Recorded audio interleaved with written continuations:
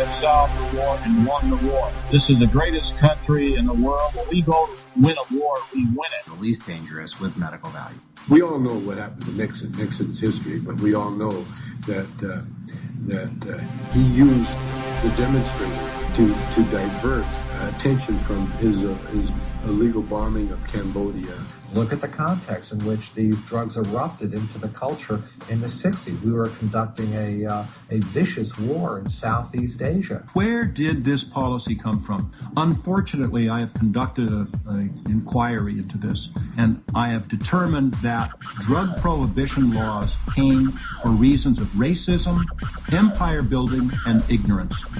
I mean, in Nixon's mind, I think drugs were associated with not liking Nixon. War on drugs. War on drugs. Put that one back in your like funny little cave I'm gonna do. Alright, this is San Julian right here. This is fucking like that is the spot, dude. I walk down San Julian, we will get all that. Yeah, dude, you can yeah, all that fucking this tent city right here. Like San Pedro, Grand, all this shit. This is just nothing but drugs. This is considered a neutral territory to gangs, like all different gangs, Bloods, Crips. Yeah, but you should put that least camera dangerous down. with medical value. We all know what happened to Nixon's history, but we all know that he used the demonstrator to divert attention from his illegal bombing of Cambodia. Look at the context in which these drugs erupted into the culture in the 60s. We were conducting a vicious war in Southeast Asia. Where did this policy come from? Unfortunately, I have conducted an inquiry into this, and I have determined that drug prohibition laws came for reasons of racism, empire building, and ignorance. I mean, in Nixon's mind, I think drugs were associated with not liking Nixon.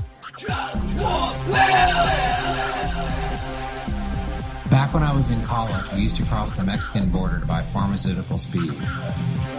What about Yes. Blackout, psychosis, delusion, putting my wrist, things like that. Really? Yeah. Seeing things, demons and stuff. That's pretty realistic. Very realistic. Is drug related? Former Governor Gary Johnson. Who's he? He was the governor of New Mexico. He was the governor of New Mexico. Oh yeah, that's why he's not the governor. What do you think about him? What do you think would happen to America? Well, you know that guy. In fact, if I knew he was going to be on your camera, I probably wouldn't be talking. Because that's a defeatist attitude. That's right, New Mexico. But you should never have a defeatist attitude and give up because you say you can't solve a problem. So let's give up on bank robberies. Let's make everything legal. The way I look at it basically is that we have gotten to where we've gotten today, and I think it's because of politicians and drugs have become the easy boogeyman to put all blame. I'm the only politician, if you want to call me that will tell it like it is. The judge ordered me to go to treatment, and I'm not able to go to treatment. So this is what I'm getting. This is what I'm getting. Chain gang and chain jail. I'm afraid I may. I'm afraid I may drug rehab right away. Like within the first 12 hours of my release. Drug war, non-violent drug trade.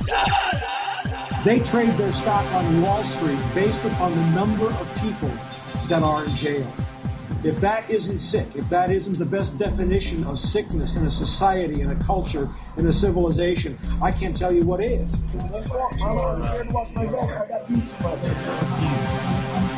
He's in custody right now for certainly under the influence of PCP, certainly for the vandalism. He's also probably for ADW against the police officer because he was throwing glass at the police officers. Once again, completely incoherent and drug-induced crime, really. But drugs. And so they're experimenting now more. And I believe we will have a whole menu of new drugs. And these drugs will not be regulated because the government has driven drugs underground. I got my job description, like that's almost a new age emerging international narcotics investigations, and I told them, look, we have gathered intelligence that the conflicts are involving drug trafficking down in El Salvador. And then he just smiled, shook my hand, and walked away from me. And it was then and there that I knew that my government knew that this atrocities were occurring. They were so. I remember down in Central America, we were refueling planes full of cocaine coming into the U.S., and it was a CIA operation being run by the White House. And to read the book, it was fascinating to find out that I was connected with the CIA and all these high-powered people up in the government. With terminal lung cancer, one was due to only wanting to get high. The people who are waging the war on drugs have every interest in continuing to do so, because especially medicines like hallucinogens.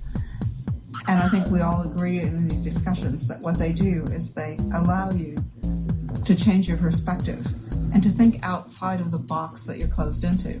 And that's the last thing that this power structure wants, is for you to think outside of the box. In fact, they'd rather make your box smaller. But here's an opportunity to have a... They're not protecting people. They're not protecting society. I can drive stoned. I can't drive drunk. But alcohol's legal because I don't know how to make whiskey. Do you know how to make whiskey?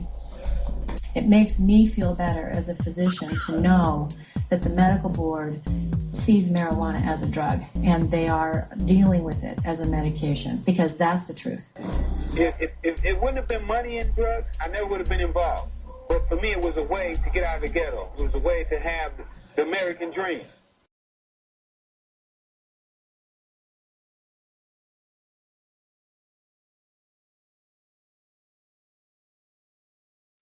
Look in the mirror, it's a 5-0. I shouldn't have smoked so much weed. I shouldn't have done so much blow. Don't you know sometimes? Oh, don't you know sometimes? That's how I roll. That's how I roll.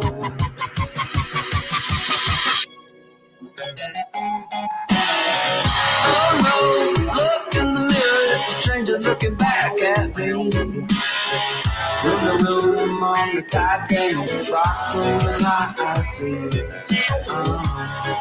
Don't you know sometimes? Don't you know sometimes? And the pressure gets too much, and I hear the sirens call. Say maybe just one more time. Say maybe just one more time. That's how I roll.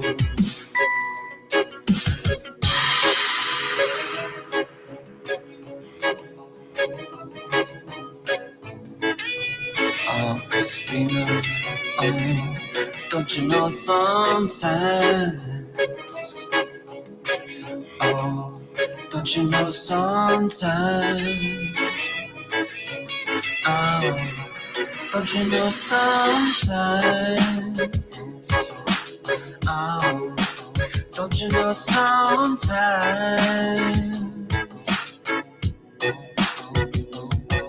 That the pressure gets too much, and I hear the sirens call. Say maybe just one more time. Say maybe just one more time.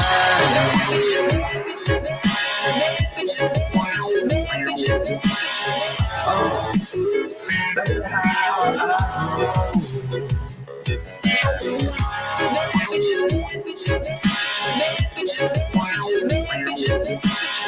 Oh, that's how I roll. I always said you never say never, someone never say never again. I say never again. My father always said you never say never, someone never say never again. I say never again.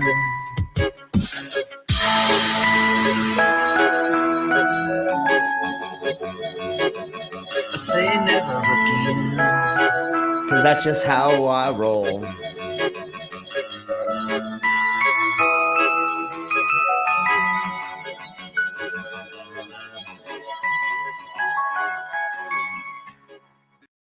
And that's just how I roll. All right, folks.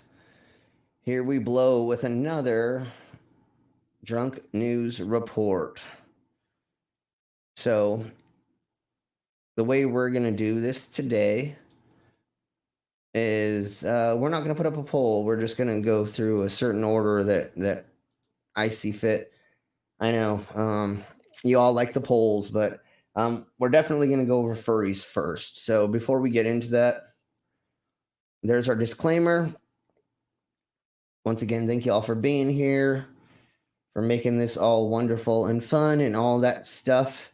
You can see I got the bar right behind me. So let's bring in our guests. And we're going to go ahead and start. Mama! Oh, Mama. And there's our mama. How are you doing? Hello, lovelies. Hello, everybody. I'm doing good. Sweet. Awesome. If anybody has not checked out Mama's Flat Earth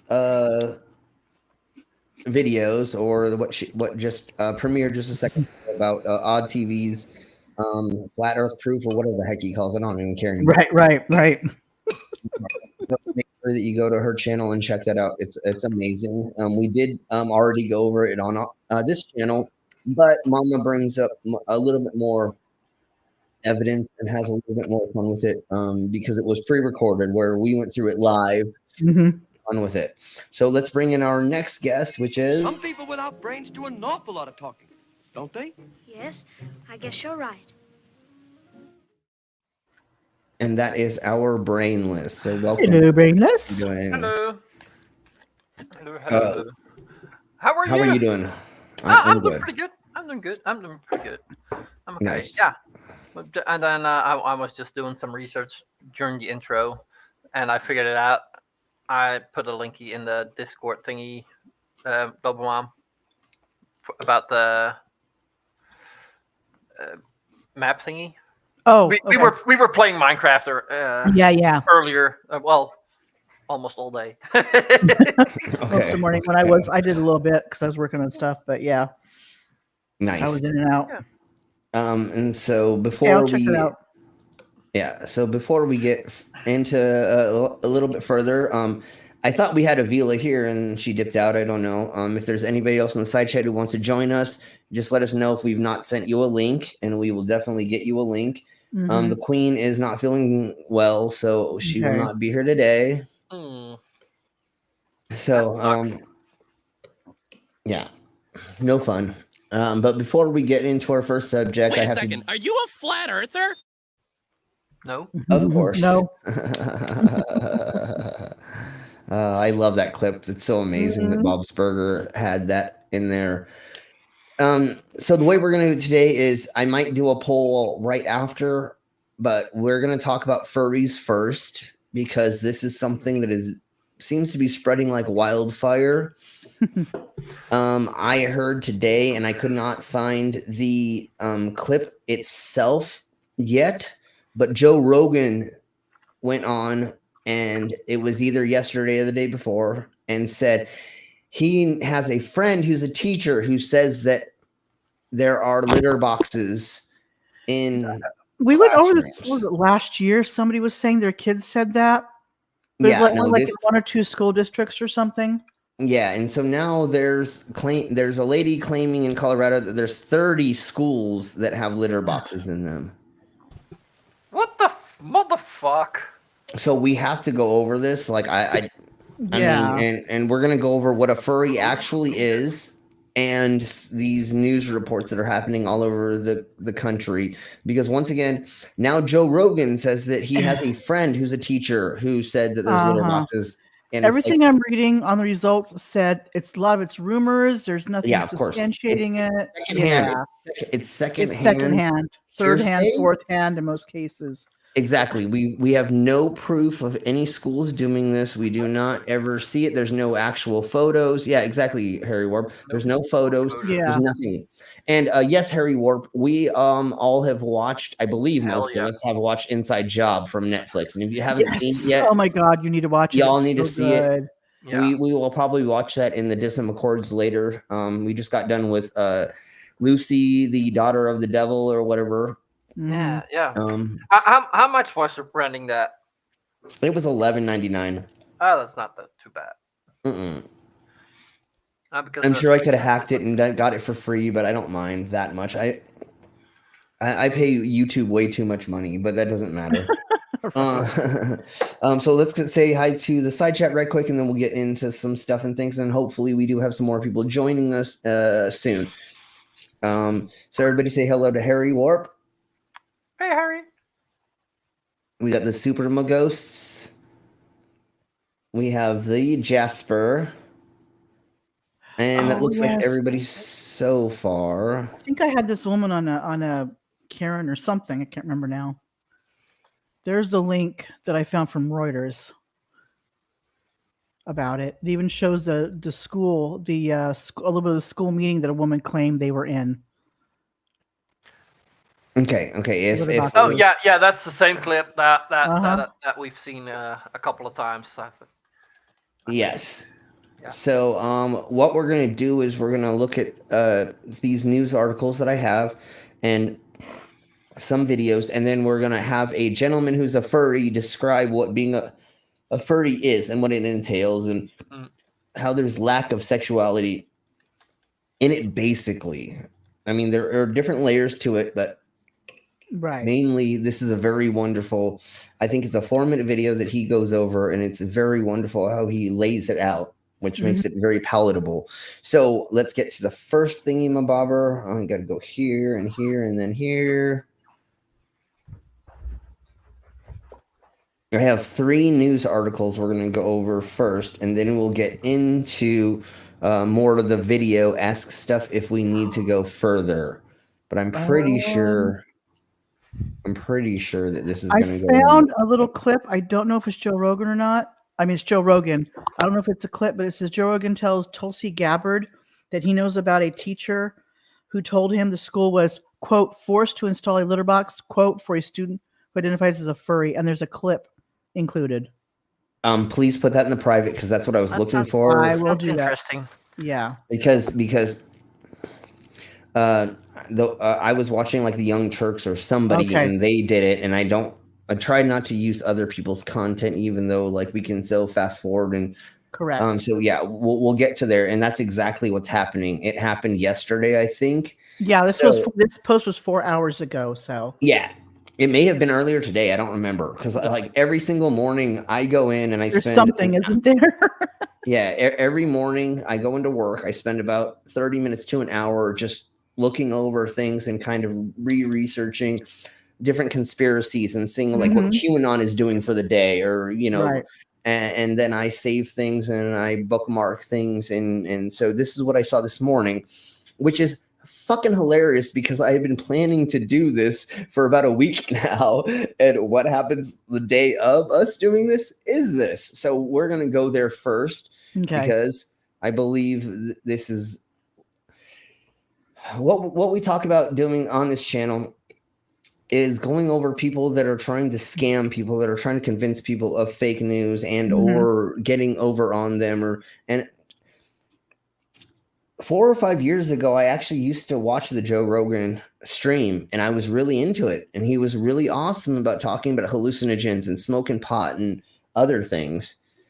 And then as soon as the COVID hit, then he turned into this weird conspiracy theorist where he's just talking about like, because he had this one gentleman on, I forgot his name off the top of my head, that was a flat earther, and Joe Rogan was always like, "Nah, fuck you, dude, whatever." Was that the boxer? Yeah, Eddie Bravo, I think his name is. Yeah, there we go. Yeah, yep, there we go. Thank you, Mama. Eddie Bravo. When he first began going on the show talking about his shit, Joe Rogan's like, "Fuck you, get off." And then now he's like, "Oh no, okay, I can kind of see it." Like he won't say he's a flat earther, but the other conspiracies that fucking homie brings up, he's like, "Oh, okay, cool. I could kind," it's like, no, dude, you're just trying to like make millions off of the Yeah. people who want to pay you to advertisers that want to pay you to pandering, disinform basically. people. Yeah, totally. He's just doing it for the money, just like I'm- Tim Pool and a couple other people. I'm not saying I'm a flat earther, but I'm a flat earther. Right. I'm not saying I'm a flat earther, but the Earth's flat, right? The Earth's like flat. that kind of shit. Yeah, something like that. You know, Right. that's kind of what it is. So, anyways, let's go to here, which is wonderful because it is actually going to play the clip that I completely wanted to play. And like I said, it's wonderful timing. And I'm going to have to go back in and put Joe Rogan hashtags into things if we're going to use this, because then we can get lots more views and stuff. I wish there was more people here to enjoy this with us, but you know, hopefully put a we'll- threesome here. We're fine. Yeah, hopefully people will watch it later. Was and- just putting Spawn to bed, so that Yeah, might be that might be taking a bit. Oh, so what we should do is talk a lot slower to take more time up until she gets here. No, I'm just kidding. So anyways, let's blow on. Once again, I know it says there's not very many people watching, but if there's anybody who does want to join us that we have on the Dissident Accords that does join us, please let us know and we'll bring you on.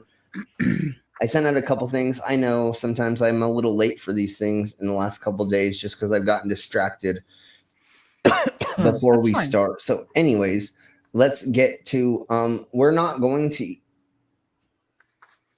what the heck is this crap? I'm just gonna get out of that somehow. No, I don't want that. It's saying I logged into a different account or something. I don't weird. know. It doesn't matter. I will say when It's it comes Reddit. to YouTube and YouTube Premium, Yeah. it's Reddit. My daughter-in-law has like a family plan. You can have 5 accounts on one, so she lets me use one of them. Okay. Okay, so some weird account came up There you that go. I was a part of, and that may have just been That's that strange. thingy-mabobber.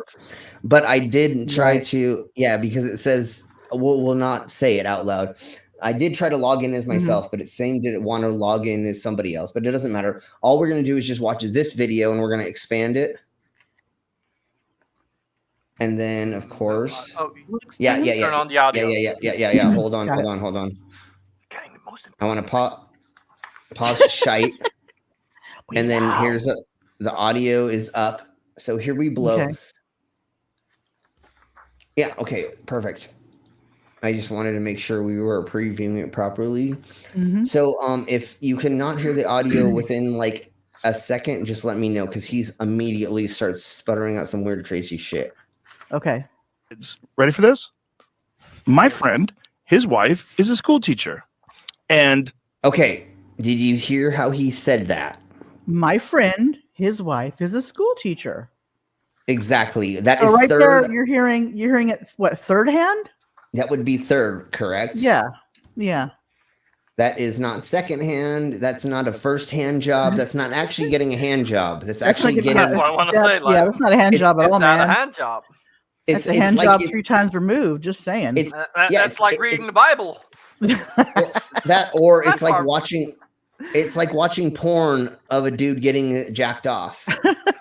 Right? You're not getting jacked off, but you can kind of see it and you can kind of relate, and like it's almost there, but or a dude, well, no, what it's like is a dude painting his fingernails and putting on press-ons, right?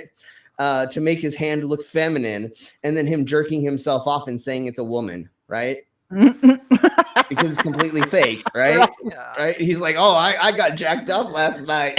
Woman jacked off last night. You watch hardcore porn.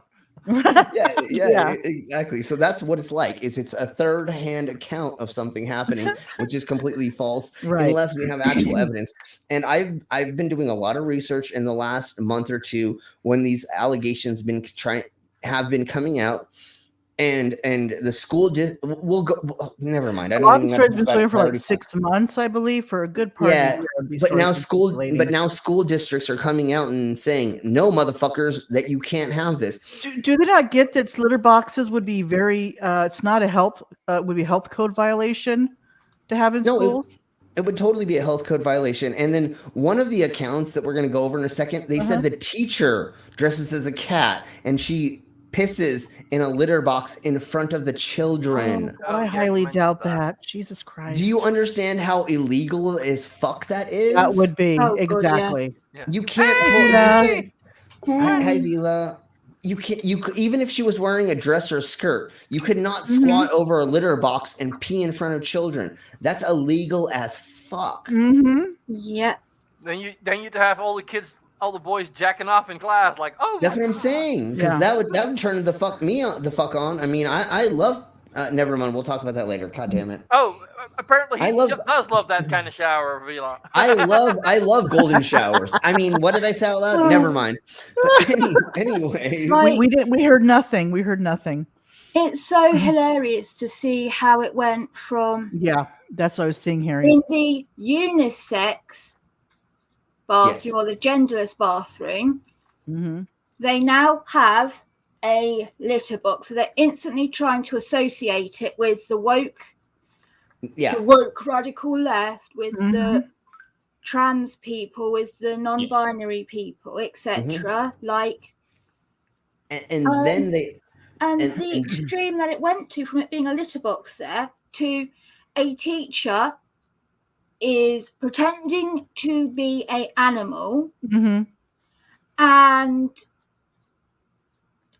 going to the bathroom, defecating, urinating in front of the children in a litter box in the classroom. Yes. Yeah. It's grown to craziness, and that's why we're going over this, because it's got even crazier than that, Vila, and that's why we're So just think about this. Let's just pretend for a millisecond that there was a teacher that was pretending to be a cat, and then she was using a litter box.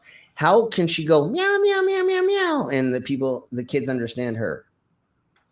That doesn't make any sense. She couldn't teach being a fucking kitty, right? None of this makes any fucking sense. Even if that teacher would be a furry in their spare time, who gives a fudge? Well, once again, is they're scared. This stems back to kind of what Vila was talking about. When I think we were trying to pass gay marriage laws, they're like, boy, if you fucking marry your fucking the same kind, you're gonna start marrying dogs and crickets and frogs, and it's or like, your sword. Yeah, exactly. And so like that's where this stems from, is they're like, oh, since we got transgender kids, now they're gonna start dressing as fucking animals, and once they do that, they're gonna start blah, blah, blah, blah. It's just a scare tactic that is made for you to not feels like they are an animal. As long as they can just join in society, then what the fuck's your fucking problem? Do you know if somebody feels like they're a helicopter, hell, go walk around with a little rotor on your head. I don't give a fuck. Do you know how many kids in middle school that I was going to school with that already began identifying as different things? A handful of us. Because it's about the age that kids start going through puberty, and realizing things about themselves. And I was by the ages like 9 to 11, your personality fully forms. That's where like all the aspects of you have solided in together. That's vaguely the same sort of person you will be for the rest of your life, which is why, generally speaking, you don't develop dissociative identity disorder after the age of 11, because that's when your brain is locked the identity in of yourself. If you develop it at that age, surely you're going to understand a few things about yourself, Yeah, true. So for me personally, and yes, exactly, Jasper, we talked about this, and that was another reason why we wanted to go over this, because we saw that during the exorcism conference. Yeah. But for me, I was like 12 years old that I began questioning my gender. And I was like, Well, I want to wear dresses and I want to wear makeup, and like I don't feel like the other boys, or when we hang out with the boys, they want to like play sports. And I played every single sport and I was good at all the sports. Mhm. But I was like, I don't want to do that. I'd rather go play dolls with my stepsisters, or, you know, do these other things. I wasn't like homebody where like I was carrying like baby dolls and pretending, because Mhm. that didn't 100% click Mhm. with me. But wanting to be very, very feminine, I began growing my nails out very long at the age of 10. I just was like, I don't know why I like my nails long. They're pretty, you know, I Yeah. like pretty nails. And so those things were 10, 12, and 14-ish.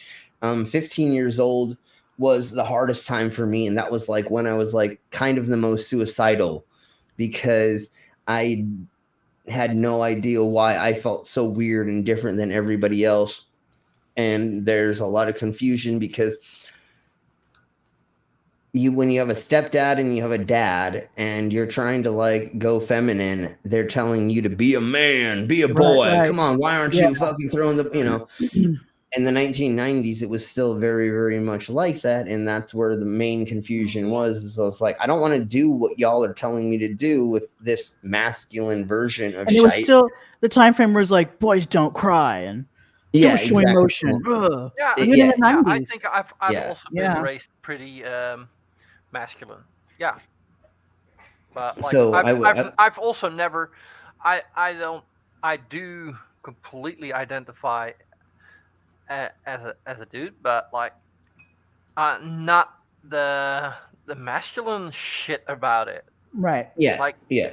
like yeah, if I'm sad, I'm fucking crying. You know. Mhm. Yeah.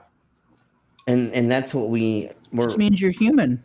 And that's what the woke Mhm. crowd, we're all into show your emotions, be whoever you want to be. If you want to be a girl one day and you want to be a boy the next day or whatever, because like I'm very gender fluid. Some nights when I go on stage, I want to wear a dress. Some days that I go on stage, I want to wear pants. Some days I want to be a boy, some days I want to be a girl when I'm performing. I used to do it a lot back in the day, and I'm sure that some of you have seen the videos that I've shown of me wearing dresses performing live on stage. So, I mean, and that's another reason why I tattooed my face. Instead of having to do makeup every single day, I just roll out of bed and shave my fucking face, and there I go. I got There you fucking go. makeup on. I don't have to be a man or a woman, and I have things that look like makeup parts on my face, and they're done in those ways so that I could be very more gender fluid without people realizing it. And the other funny thing is, nobody fucking cares that I have my long nails and nails done. I literally don't get any shit for it at all. And it's hilarious because people are like, oh, you can't be gender fluid, or, you know, there's a lot of backlash towards it, especially in small towns. But nobody gives a flying fuck about what I look like usually. And I can wear a dress into most bars around here, and just people are like, no one that's bats slim. an eye. Yeah. Yeah, no they're one like, bats that's an eye. slim. Fucking whatever, bro. So yeah. Anyways, let's get on to the idiocracy of this knuckleheaded gentleman. And if you don't know who Seth Rogen is, like, we'll be talking about him more. But Joe Rogan, not literally, Seth Rogen. You said Seth Rogen. it's Joe Rogan. Joe Yeah. Rogan. Seth Rogen is the other actor. Yes. That actor. yes. Yeah. So if you don't know who he is, just really quick, we're just gonna say he was on what was the TV show that he was on, Mama? He did Fear Factor. He was the host of Fear Factor. Fear Factor. Oh my god! Prior to that, I'm not sure what he did, but I remember him doing Fear Factor. Yeah, so he was a comedian first, and then he was booked on Fear Factor. He did it for 4 or 5 seasons or something like that. Yeah. Then and then he became this MMA and boxing commentator. And then he began this thingy mabobber. Podcasts, the podcast thing. And because he was just out there on his theories and just not going with the norm at first, like talking about mushrooms and marijuana and DMT and MDMA and other things, he got a good following. And especially like he was already followed by 1 million people because he was in MMA and the commentator for MMA, which is gazillions of people, because the following has grown and had grown 10 years ago very, very large. So he got this following, and now he is really, honestly, if you think about it, he's just trying to follow the money. He literally is just like, which I'm there's going to say nothing wrong whatever. with that. There's nothing There wrong. you are. He I looked into it last night. The period tracker things we were talking about. In the last 5-6 years, when the movements become more popular, that's when those apps started having a boom. So people started investing in those period tracking apps more and more and more and more and more. Yes. So like they don't care about your fertility rights or anything like that. They want money. They only care about money. None of these companies really give a shit about you. Yeah, and that's why I wanted, like I said, I wanted to specifically go over that in a stream soon, just so we can talk about all the politics of it, or how these things are run and why to not use them, because I don't understand why people should to some extent. I don't know. Okay, there could be one or two ways to like monitor your own self to figure out if you're going through ovulation or not. I don't know, but that's what I want to go into, and I want to have a bunch of females, natural born females on here when we go over it, because I don't want to be the fucking dumbass idiot who has balls that is trying to speak to women about their sexual health. Although I want to help them, and like I said before, I actually helped 3 of my friends go through their period for the first time because their parents did not describe to them what was happening. Oh, okay. Like I'm walking down the hall and my homegirl is crying, and I'm like, what's going on? And she's like, I'm dying. And I'm like, what are you talking about? She's like, I got blood coming out of my pussy. And I'm like, oh, you don't know how that, okay, come here. Oh, no one had that. Poor woman. Yeah, and like literally, so I took them into the girls' bathroom. I went in with them. Luckily, at the time, this wasn't like illegal or like they aren't gonna, whatever, it doesn't even matter. But I took them into the bathroom, took them to the fucking little thing, and I got them the tampon. And I said, here's the instructions. Go into that stall and go do this. I can't put it in your pussy. I would love to, but I don't know if I'm going to see that exactly, But anyways, so I had my friends go, and literally it was 3 times at school. I literally did this 3 times from 3 of my friends, because nobody described to them or explained to them what your period was going to be or how it works. Like, I'm a fucking 14-year-old boy. Do I really have to describe this? And the only reason that I knew was because when I was 14 years old, maybe 13, I was sitting there at home one day watching cartoons, and my mom slaps 3 different books on my lap. And I look down and it says, The Female Body. So I learned about menstruation, ovary. I learned about all this stuff at 14 years old. My mom had me read these like scientific books, about the female body. She said, you can't appreciate the female body unless you fucking know exactly what we're going through. So I read about the period, and I read about ovulation, and I understood the concept of getting a girl, what do we call it? WAP, wet ass pussy, getting a girl WAP, you know what I'm saying? Which Ben Shapiro knows nothing about because he's never gotten his wife WAP at all.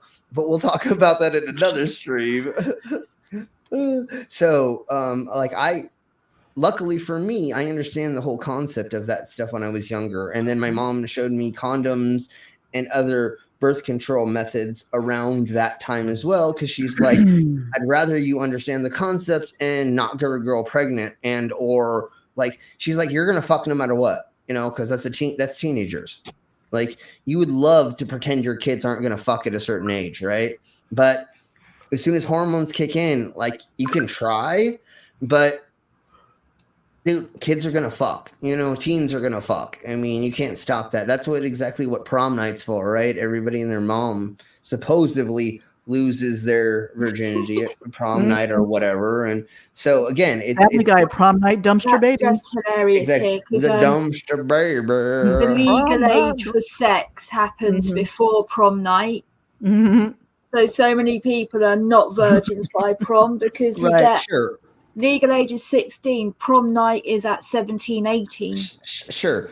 But again, just using that as a metaphor for things, this is before they're adults. Yeah. And so if you have not explained to those individuals at the time safe sex or any other contraceptives or multiple things or how sex works, because I hate admitting this, but I have to talk about it every once in a blue moon. When I was like 10 years old, I thought that I needed to pee in a girl's pussy to make her pregnant. I didn't know there was ejaculate. You know what I'm saying? Right. I didn't know. So I thought if I peed in a girl's pussy, that's what got her pregnant. So don't pee in her pussy, right? So yeah, like that's never mind. I don't know how to put it. Weirder than that, there are so many people that like don't know that women have 3 holes. That the female urethra isn't the same as the vagina. And so many people think the vagina is the name for it, when actually it's the labia. Yeah, the vagina is the actual hole. Right. Yeah. The vaginal hole, and then there's the the other thing in the hood, and then there's the clit, and then there's the lips.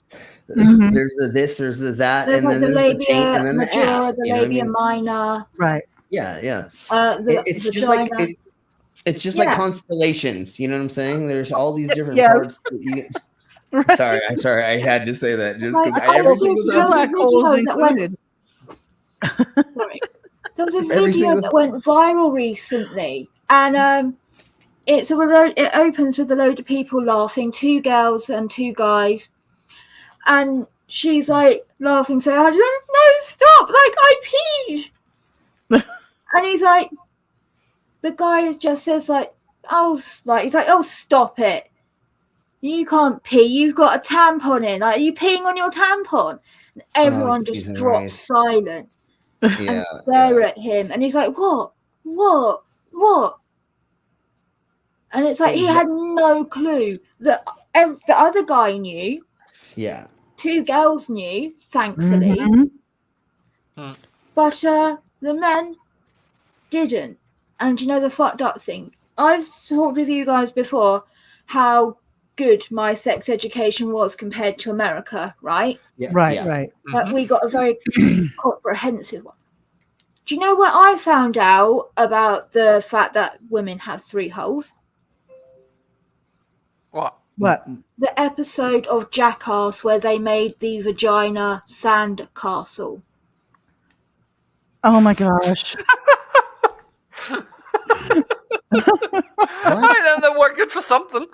What? Yeah. Okay. Sure. Okay. Like, Well, I was taught about STIs. I was taught about periods, the contraceptives. I was taught about pregnancy, miscarriage, lots, right? I wasn't taught about my vagina. I wasn't taught about the structure of it. That's true. What is normal for it? What discharge is meant to look like? What happens to discharge at the beginning of the month of your cycle, end of your cycle? Because it changes. Do you know when balances and there's so much stuff that goes on? It's the same with me. I never really knew. I knew later after school, but when I was out of school. But same with me with when you have a child and you have the afterbirth. I thought it was just you had your period immediately. So I come to find out, no, it's an actual. When the placenta is out of you, it's like a sore. It's like a scrape in your uterine wall. It's like a wound. And it has to discharge and bleed. I didn't know that. The size of a teacup, a tea plate. Even sorry. Excuse me. Yeah, I had no clue. I was like, "Wow, now I know." Okay, really quick before we get back into this, because like we've already been distracted for way too long, but it doesn't even matter. That's why we do these things, and we have fun, and that's why people watch. But anyways, one of my exes was God damn it.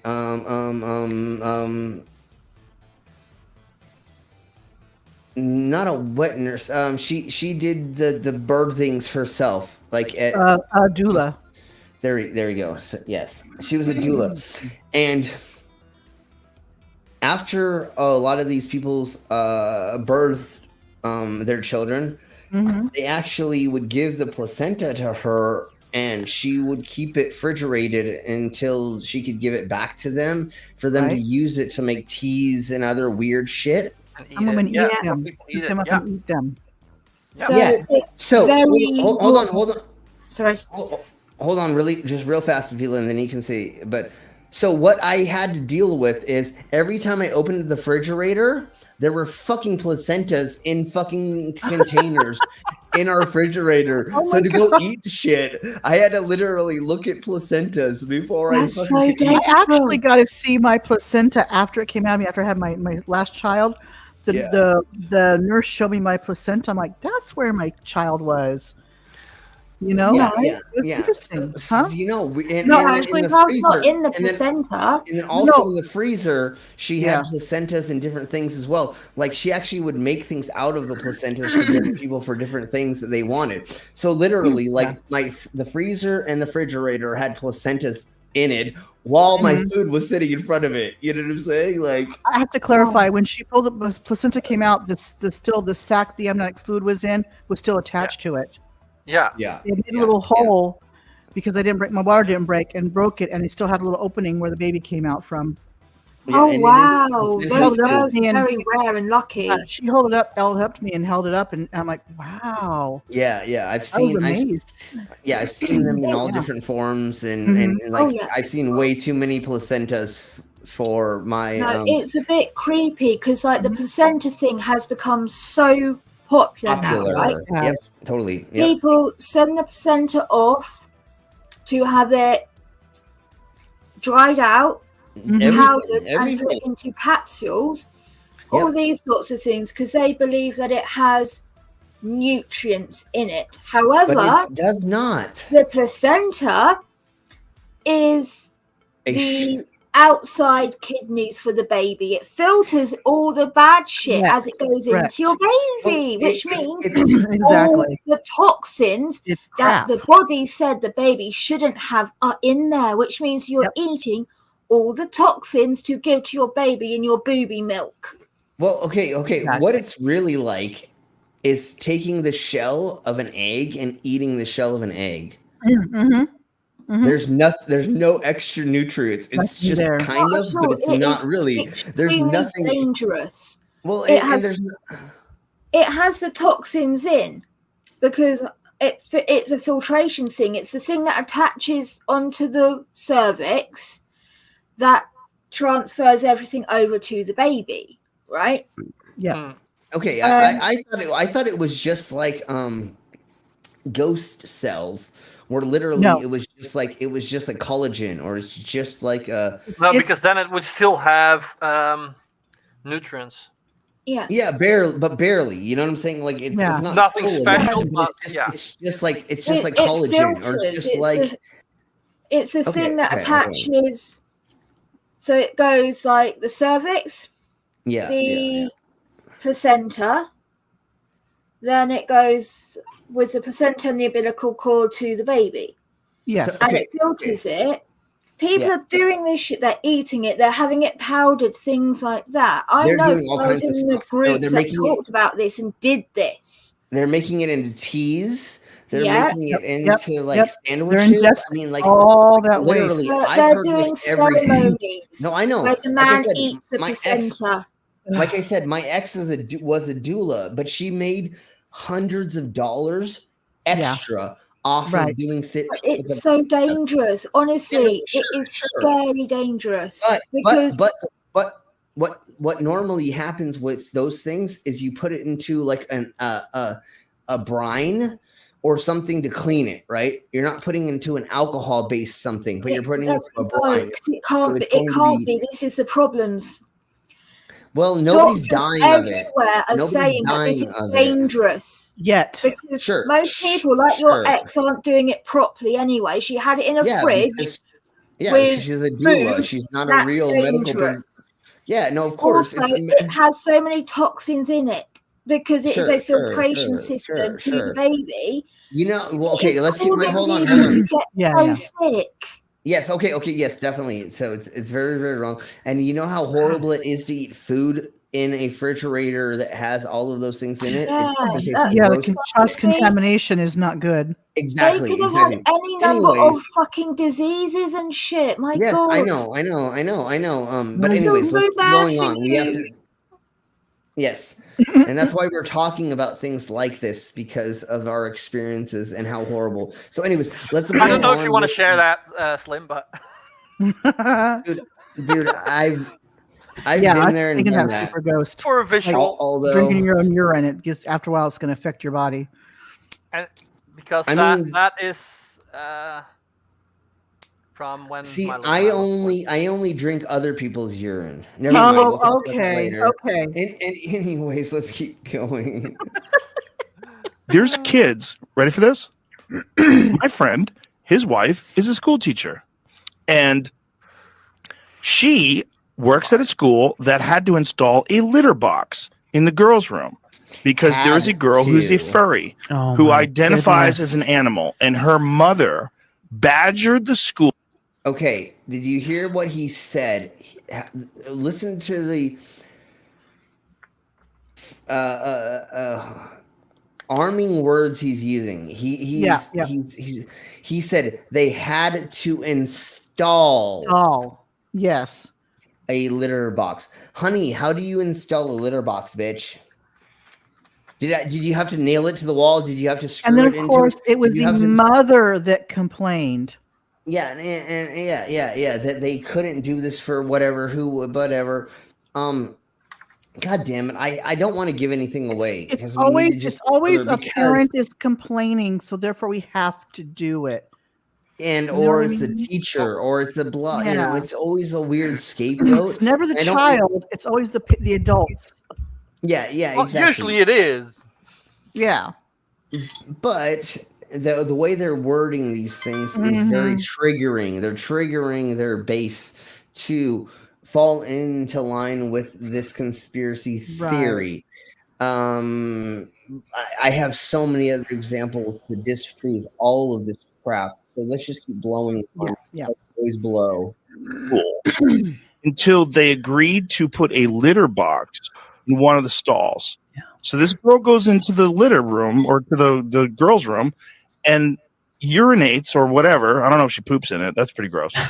Yeah, I mean, like if you could teach your cat, by the way, here's the thing. If you could teach your cat to use the toilet, you would. Mm-hmm. Okay? Yeah. Actually. Cats can be taught to use the toilet. Yeah. I didn't even say it. Thank you so much. Yeah, dude, you can teach certain animals to actually use a certain type of thing to do certain things. Literally. There are like things that you can have your dog that like is lower than a litter box that you can like you can teach animals to do things in certain places or certain areas inside of things.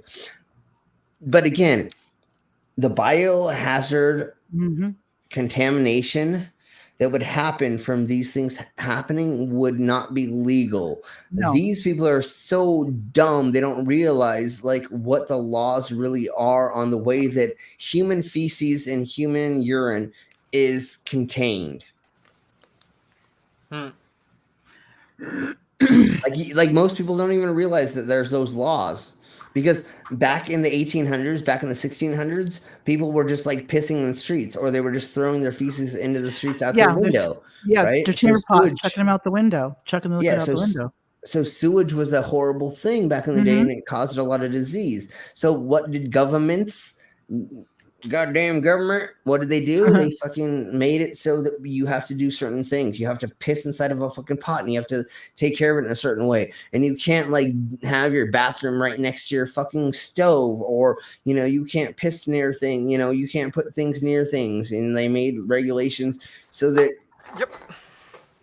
dumb people could not kill themselves. That's what most of the government is supposed to be doing, right? And they don't do a very good job. I'm not going to say they do, but they're supposed to make it so people don't kill themselves easier.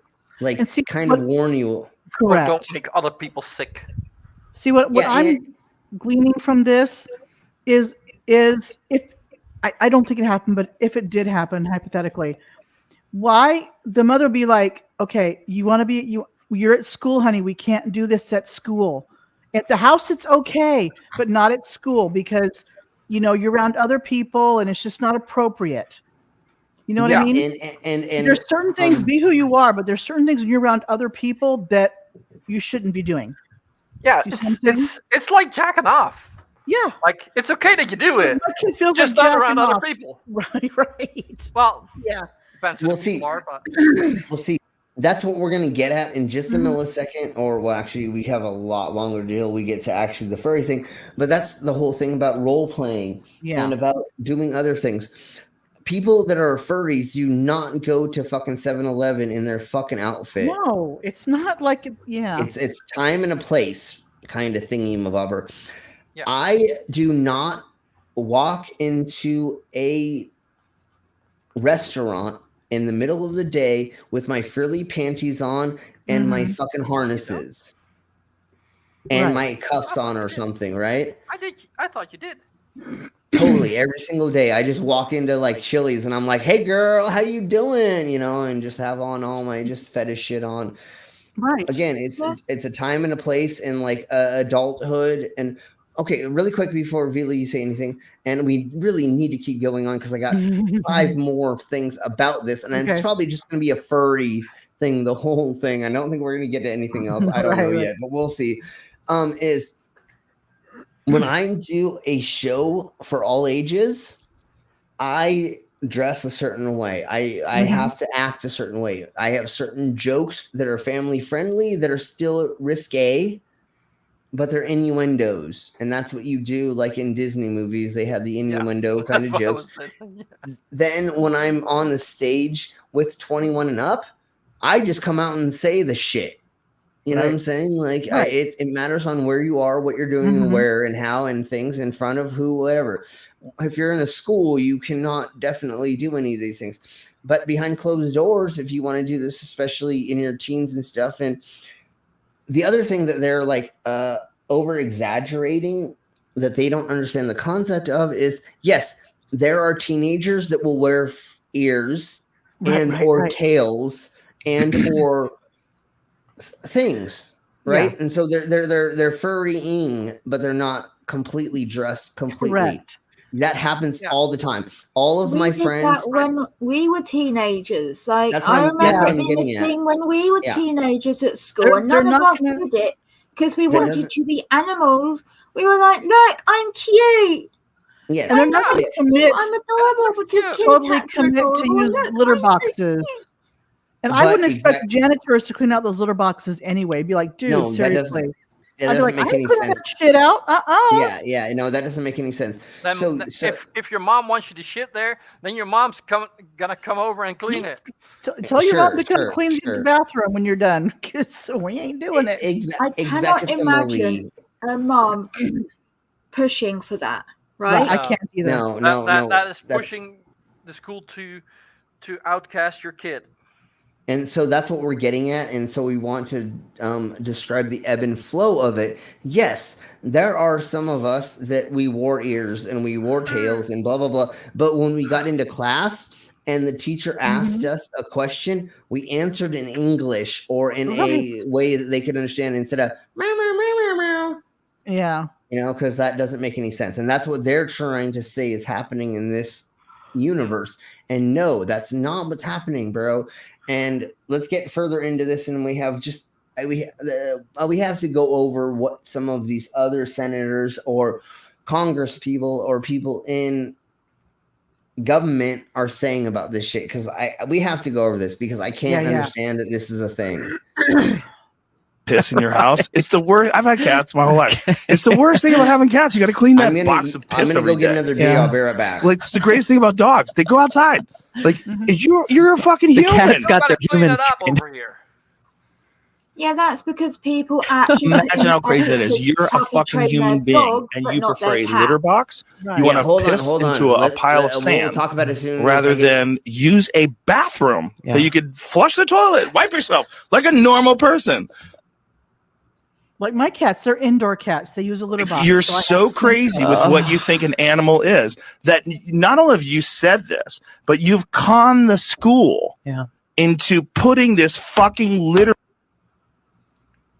See, he's buying box it hook, in a line, girl's and room, sinker. which is bananas. It is. It's absolutely insane. And actually debating it as if it's a real story. Yeah, when it's not, it's one of those like Reddit stories that I keep seeing about furries. Yeah. Did I accidentally pause it, or did somebody pause it?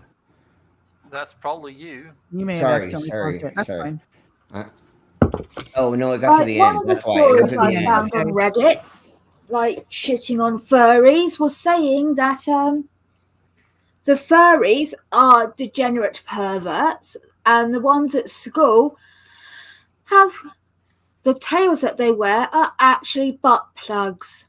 They do exist. They do I mean, exist. But that yes. doesn't mean those are butt plugs. But they're My also daughter wore a trying tail to when she say was in high that school. for like 11-year-olds No. are having butt plug tails.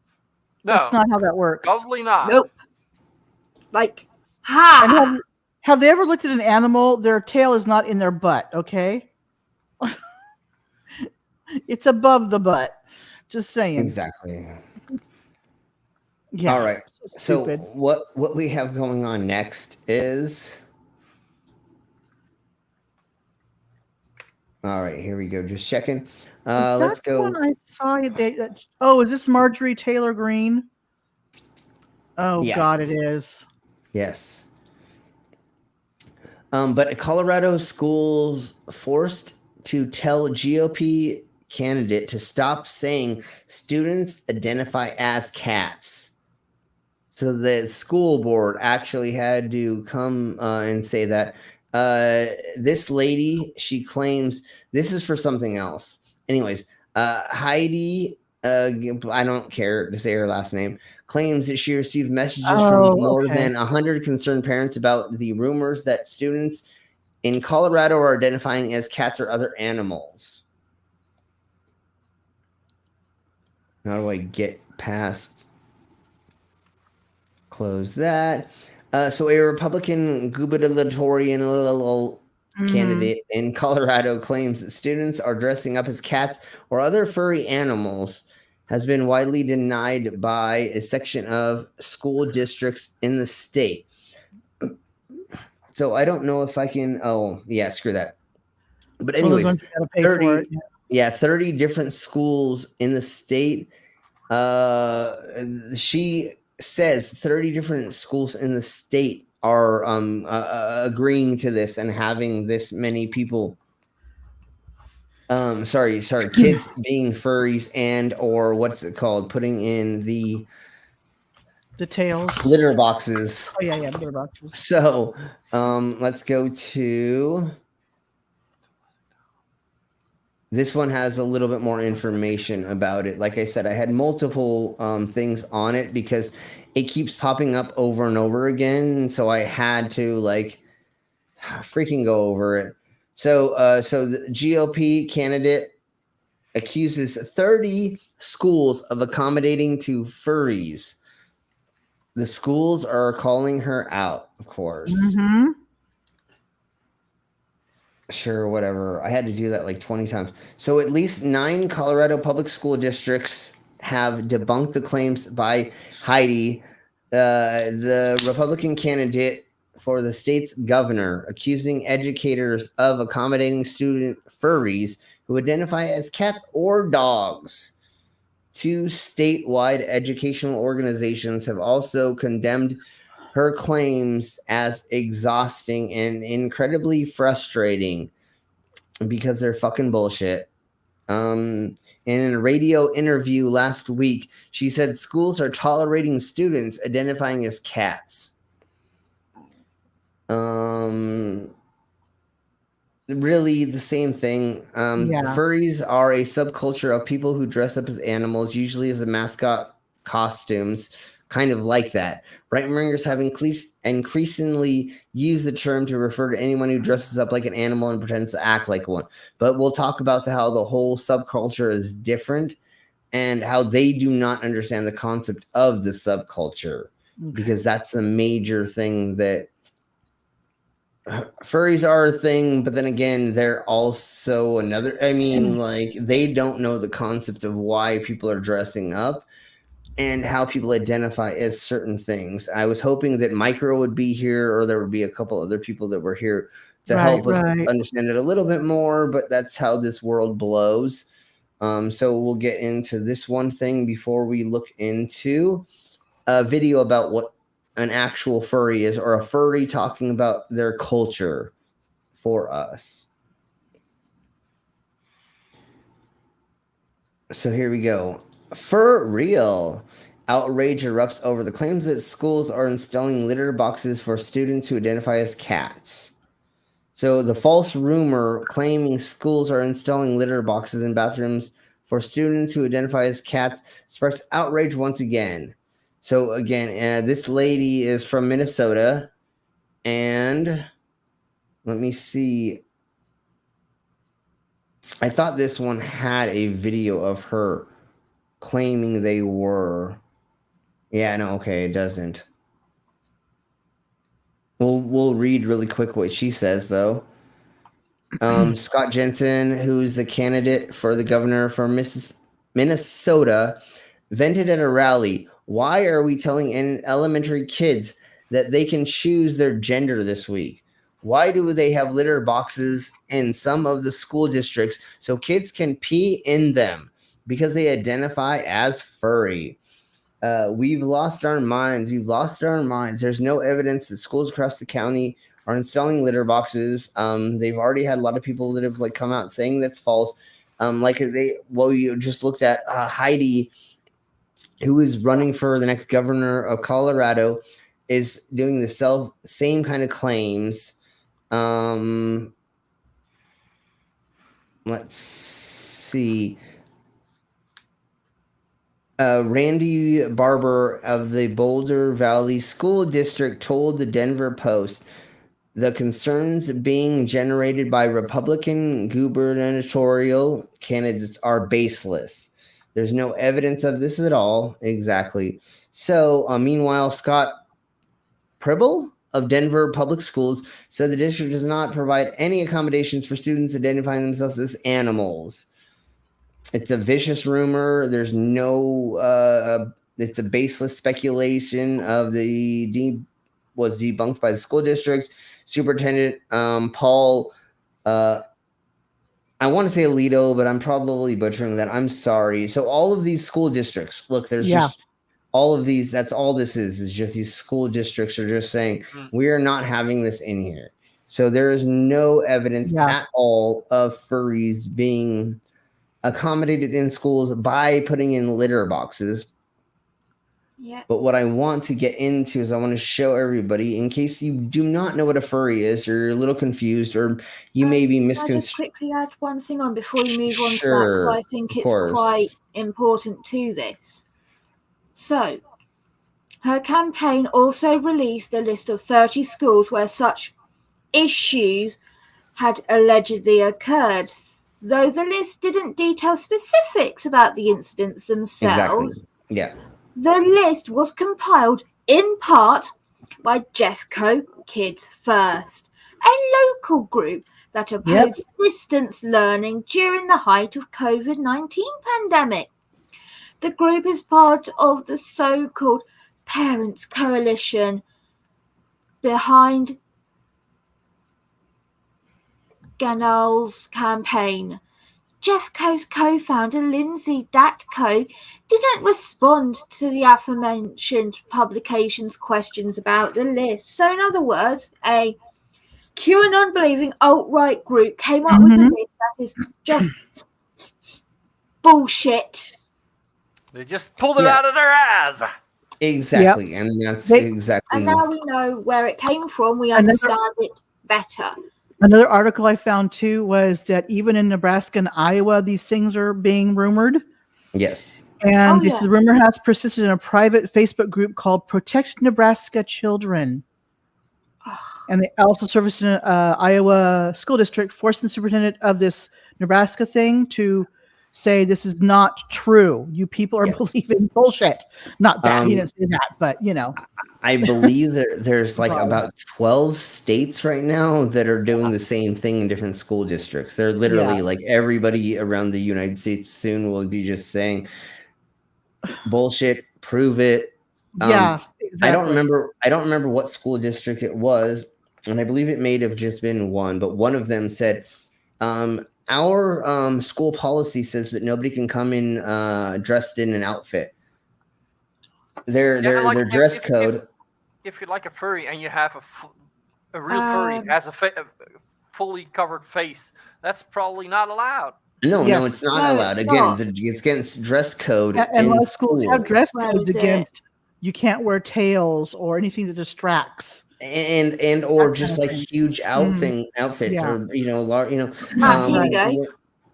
It says Aurora, Boulder Valley, Cherry Creek, Colorado Springs, Denver, Douglas County, Jefferson County, Messer County Valley, and Weald County school districts all told the Post that no such incidents have ever occurred in their schools. The district spokesperson pointed to school dress codes and other policies that prohibit such behavior in the first place. Yeah, exactly. It's not allowed on multiple levels. All of those places say the same thing. Their rules all say no, like Sim said, no, it's not allowed. Exactly. You know, when my daughter was in elementary or middle school, we had just dyed her hair red. She looked, the red color red, not like a redhead. She was not allowed to have red hair in school. And we told the principal, she just dyed her hair. I'm not dyeing it back because it's going to damage her hair. Yeah. And we were very insistent, and they relented and said, okay, fine, no problem. You know? Why was she not allowed to have red hair? I think it was gang colors. Because that's the thing. Yeah, red and blue are like considered gang colors. So since when has gang affiliation included hair color? The color red. Hair color, the color red. But it also they said not allowed to wear red. That's probably. They also said it was a distraction. I'm like, for what? Yeah. So from what? It's her hair. How is it a distraction? Because the boys may like it. When I was in 9th grade, I used to wear makeup, and it was okay. But one day I put like really, really heavy blue makeup like across my face because I was feeling really, really depressed. Mm-hmm. And I was brought into the principal's office and said that you cannot, as a male, wear makeup anymore because you're a distraction to class. Mm-hmm. And I said, if you get every single one of my teachers to sign something that says that I'm not a distraction in class, will you let me wear makeup? And he goes, fuck yeah. Because he thought, they wouldn't do it, right? Yeah, 2 weeks later, he wouldn't talk to me. He wouldn't look at me.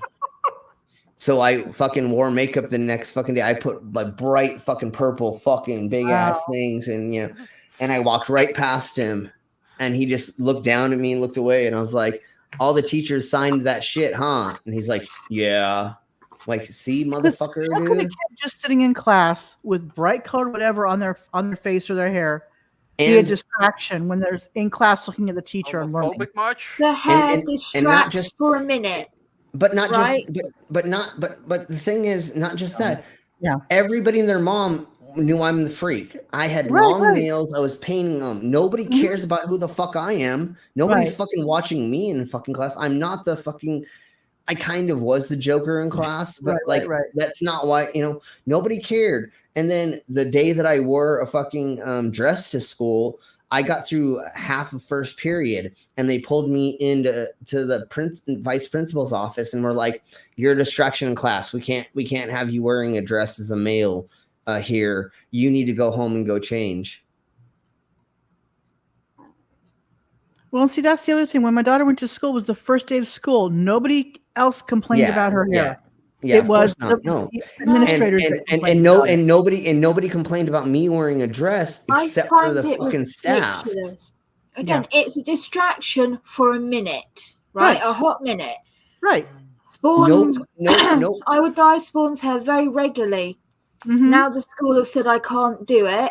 They haven't made it a official school rule, but I'm choosing to play nice and not press the situation because we got away with 4 years of dyeing her hair there because it wasn't a school rule, and they've now just asked me to stop doing it. Yeah, but why? That's fucking expressing yourself. I know, but once she goes into secondary school, it won't be allowed. So whatever. I said that, but not the point. Anyway, once she would get there, it would be the kids would be for a hot minute. Oh my god, your hair's so pretty. Then Right. Done. Then done. Back to lesson. That's all it is for a minute. When they notice it, oh cool. Vila, that's before class starts. And now now everybody's all modified and different and changing and being silly anyways. So it doesn't even matter. Like, and then once again, went hold to on. school, and they would say that like, fuck them. Okay, anyway, keep going on. The other thing I want to say right quick is nobody in my class batted an eye that I was wearing a dress. Everybody's like, "Oh, that's fucking Slim." Yeah, okay, he's wearing a dress. That's pissing me off about that school because they always said, as a man, it's not. They said we don't allow such outrageous, such exaggerative, such extra makeup, right? Yeah, you can wear natural makeup, not extreme looks. Sure. If they said we don't allow dresses, the girls can't wear dresses, you can't wear dresses. Sorry, fair play. But to say that you can't follow the school rules because you were following the school rules, because my dress was right above my knees. The same clothes that a girl would have been allowed to wear. Exactly. Then it's bullshit. And it wasn't like it wasn't really bright. It wasn't really huge. It was a cute little brown and white checkered dress that was very slimming, and it went past my knees, or I could pull it down to my knees. I was making sure I was in the rules. And honestly, the reason that I did it was because people dared me I wouldn't fucking wear a dress to school. And I've been wanting to. How many girls, when my mom was growing up, they had to wear skirts? Yeah. Do you know how many girls wore rolled up pants under their skirts? Of course, yeah, exactly. Defiance. So when they got to school, they could take their skirts off and just roll down their pants and go on their merry way.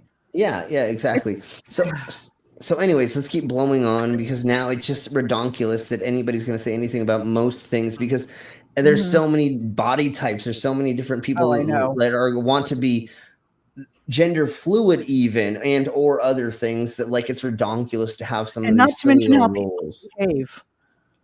Like you said, there's the class clowns that are always joking around. Tell me they're not a distraction.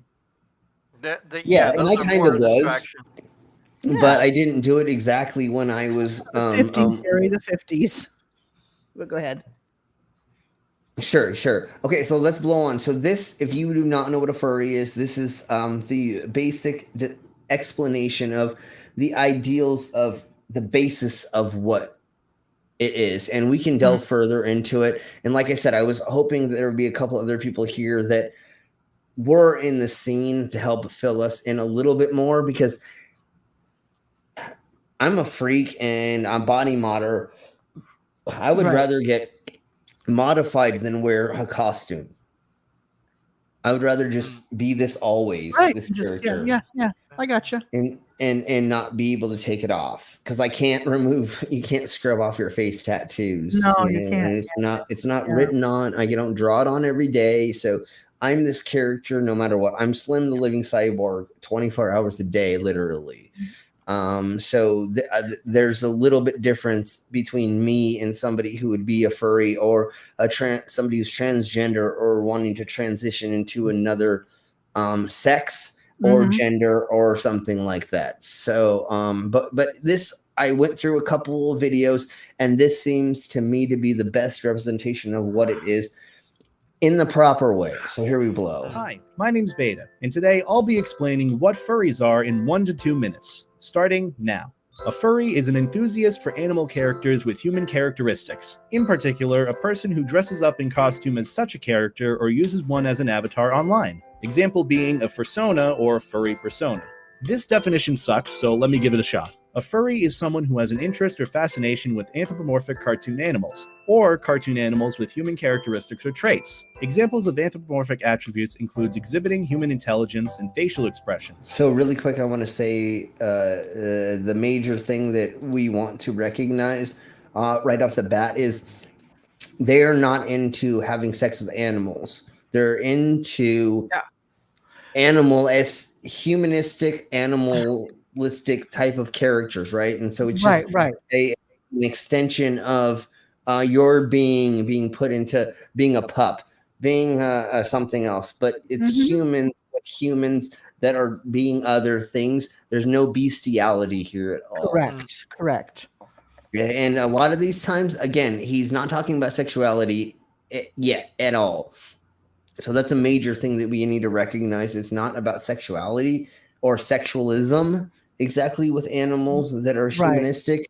It is about identifying as a character that is animalistic, that is humanoid. And he'll talk more about like the brain, how the brain works. And you're not just being an animal.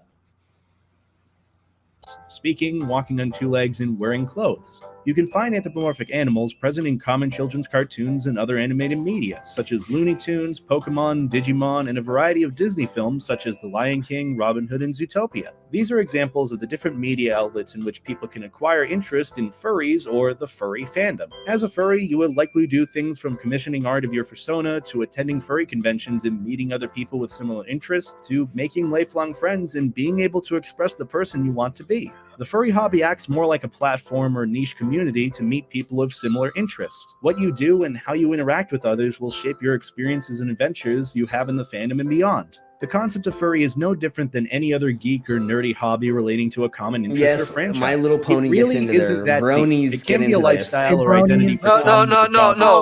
Leave bronies out of this. So bronies are a part of it. Bronies are a part of this. They are a part of it. Bronies are a part of it. Bronies are not the same as cloppers. Cloppers are the one that are into it sexually. Bronies are not. Okay. And actually, the man who wrote My Little Pony wrote it for his daughter, and he fucking hates cloppers. Yes. Right. He despises them because they have bastardized something he made for his fucking little girl. Yes, I get you on that. I'm not trying to yuck on their yum. I'm just saying how he feels. No, I got it. And I understand actually. Totally. Yeah, I can understand. I'd be upset. I've dealt with a bunch of people into horseplay or pony play that technically is not involved in that, and so there is another subculture with that. And you know what? I love riding a pony. That's all I got to say. Anyways, let's keep going. Do you know what? Ride the white horse. I actually like the My Little Pony Friendship is Magic series.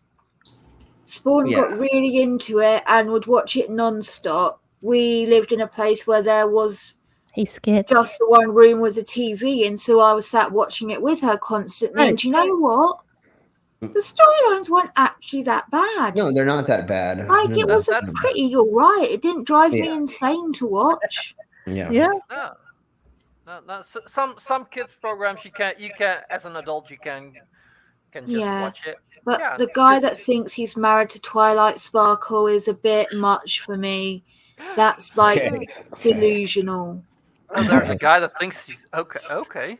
All right, let's. I will tell you in Discord, Brainless. Yes, we'll get into that behind the scenes. Let's get further into this. Overall, it's just a hobby that many partake in for a variety of reasons. So ultimately, there's nothing wrong with being a furry.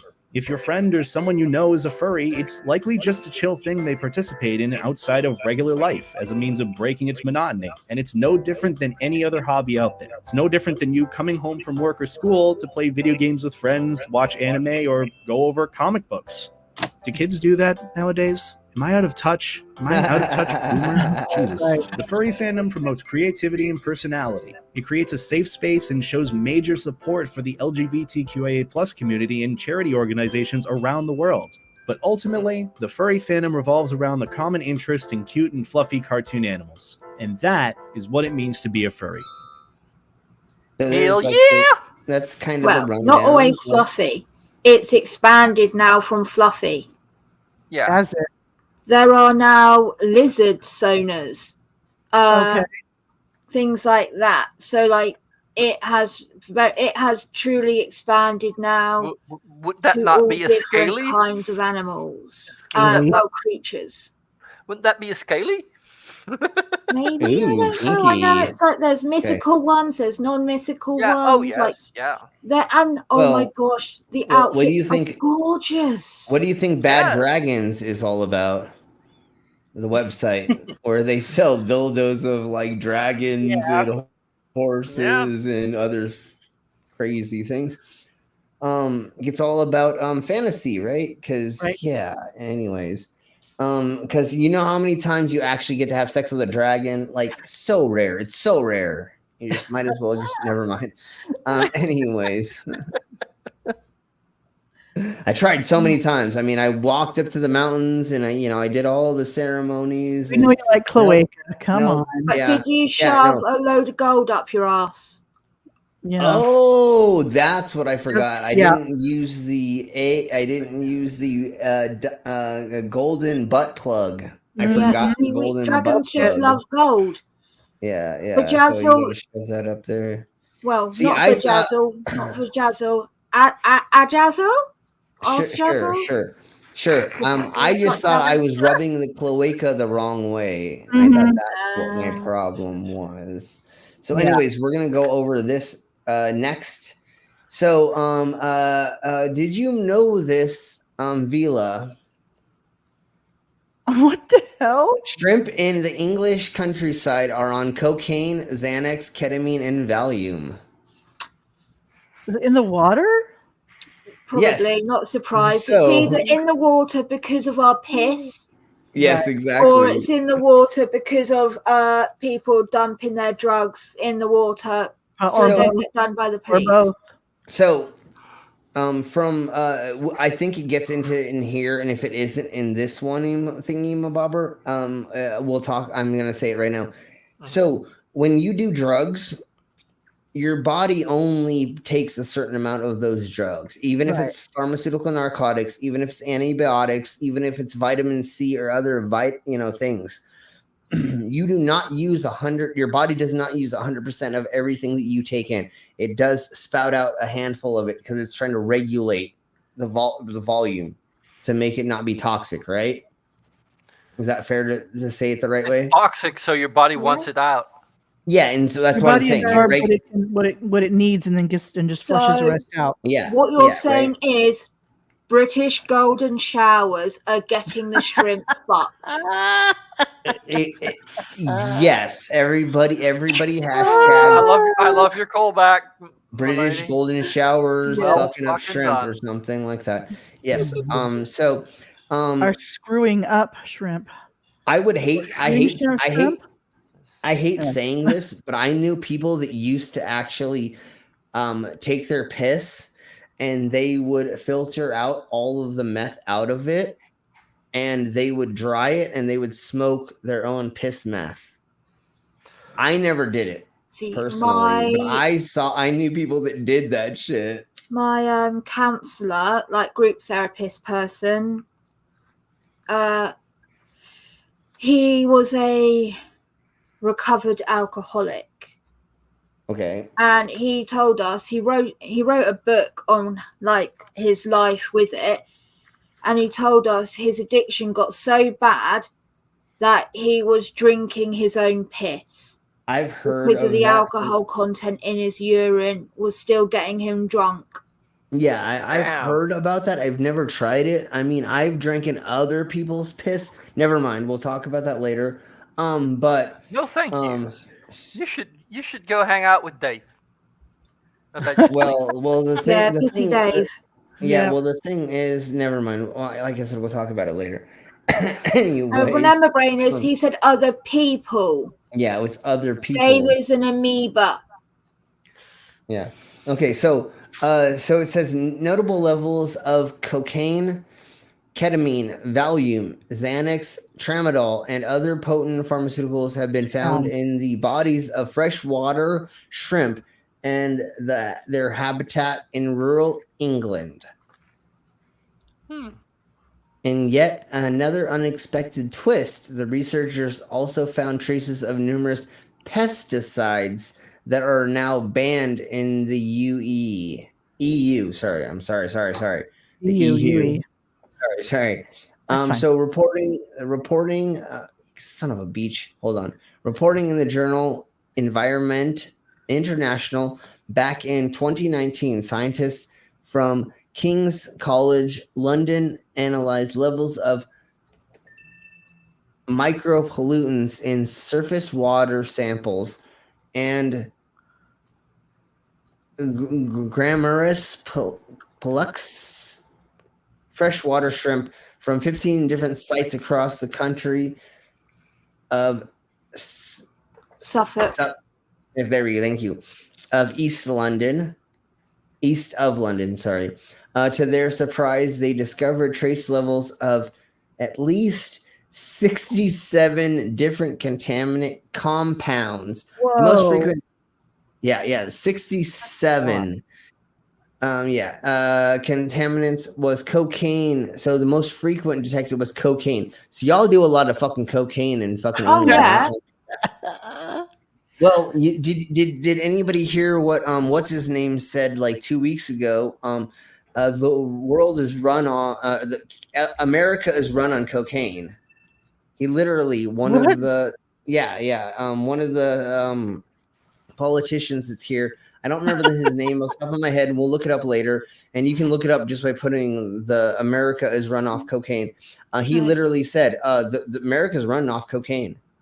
Like England, cocaine is one of the biggest drugs that gets used over here. Like, I mean, when you we go don't to have the same problem with crack or things like that. We still do crack, meth, heroin, things like that.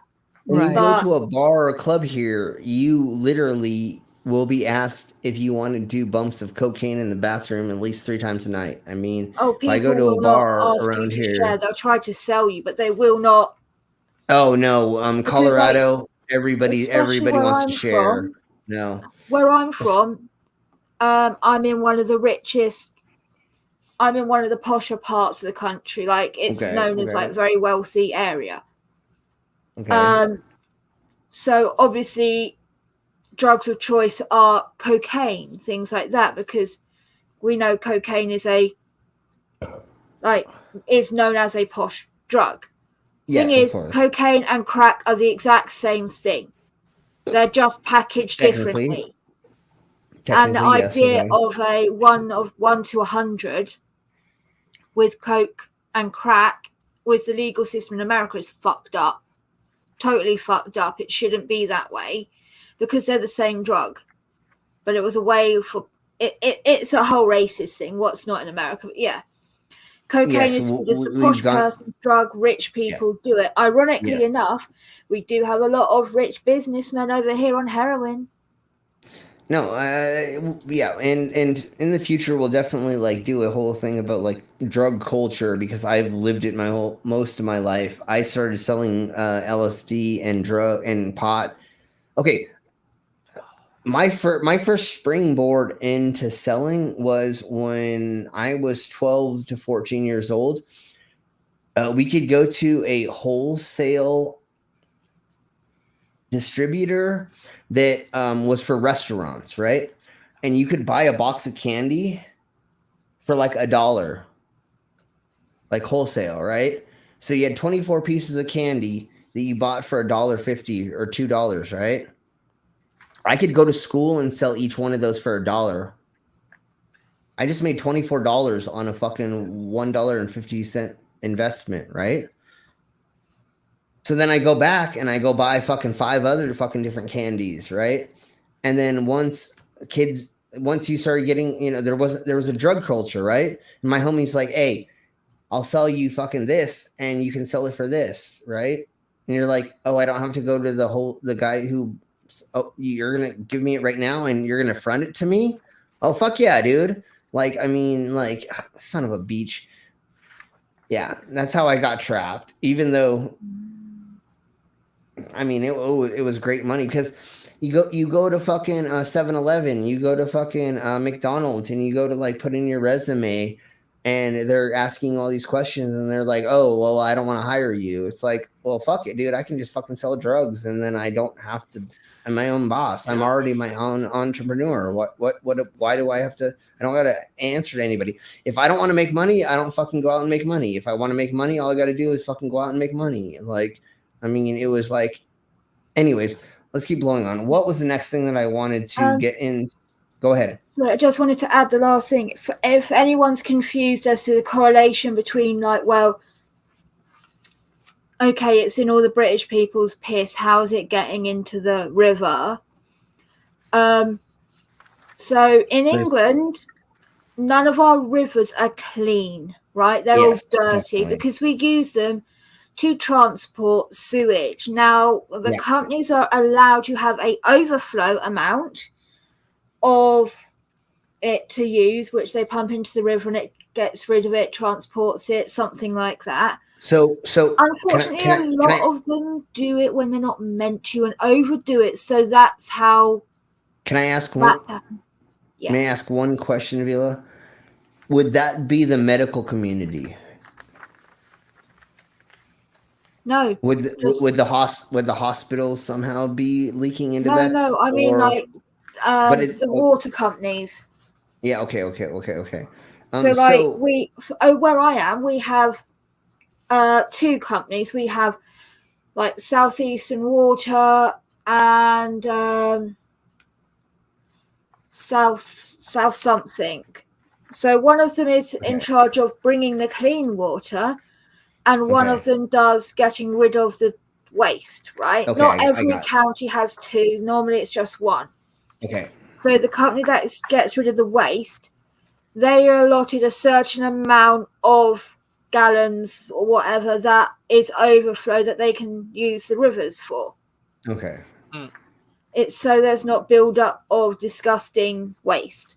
Yeah. However, the companies basically do illegal dumping in the rivers a lot of the time. And a lot of them have been fined for it and things like this. Now, if you come to England, never, ever go in the river. Yeah, definitely. Don't care where. Never go in the rivers. They're dirty. Yes. None of them are safe to drink in. None of them are safe to swim in. So exactly. So really quick, just to answer the question, there's two major reasons, or two the more major reasons. People are dumping their drugs into toilets for some reason, way, shape, or form. And if you go out party all night long and you fucking piss in your toilet and 1,000 people are pissing out cocaine, then you're going to have, so to the best of our knowledge, it's like two major reasons. It's the remnants of it, and that somebody thinks most of the time people aren't getting their house raided, right? Their best friend is knocking at their door at 2 a.m. and they just fucking freak out because they've been smoking it all night long, and they just throw the fucking shit in their toilet, right? Like, it doesn't have to be because of an actual raid, so you don't know how many fucking times. Also, the amount of people that are prescribed medications that are hard narcotic. Yeah, like tramadol. Yeah, that's exactly opioids, what we're getting at. Things like that. I'm surprised half the fish aren't struggling to get pregnant because the amount of birth control that's going down. That's a whole nother thing that we've seen somewhere else as well that we may talk about in the future, because there are finding out that there's more birth control in the water in certain places than why would And that is the bad side of the hormonal birth control. Yeah. And that's why Cookie went over that shit last night and was trying to let people know other ways of taking these things and making it less medicinal. I know that's the wrong word, but you know, like not. Yeah, exactly. Yeah, you all knew what I was getting at. And I love saying words wrong. Sorry, I wasn't sure if that was even the right word or not. I was thinking aloud. But instead of that, and or there are implants, there are other procedures you can have done. There's other things you can look into. Yeah, but most things are still based on hormones. I'll show you a hormone later, brainless. Anyways, let's get a pair. Oh, Vila, you gonna be moaning? Yes. Oh, yeah, I'm gonna moan so bad. My name is a right bitch. I fucking hate it. Have you seen the price of gas these days? Jesus fucking Christ. That's true. Vila, don't make me hard. Anyways, let's go to the next subject that we're getting into. Don't talk about that anymore, you know. Anyway, so what we're talking about next is inside $65 million Russian plan for space advertising that could change the sky forever. Oh fucking no! So what they're planning on doing is see the pattern in the sky. So what they're saying they can do is they can actually, they're proposing to send images through blah blah blah, and it doesn't matter, through satellites into space, displaying commercials across the night sky. Oh my God! So I don't. Let's see if it opens this up properly. So yeah. So if you were able to see that there's a word across the sky, that's what they're proposing in the. That is going to work for like a week. No, that's fake. Don't even notice it anymore. No, it's fake Coca-Cola. It's Russian Coca-Cola. It's I see it's Coca-Cola in Russian. Russian. In front, yeah. Yeah, no, it's in Russian, and that's what it is. And I believe Coca-Cola refused to deal with Russia at the moment. Hell yeah. Yeah, and so that makes it even funnier. So what they're doing is they're saying that it would. They actually send drones up to look like stuff in the sky sometimes. Over that country.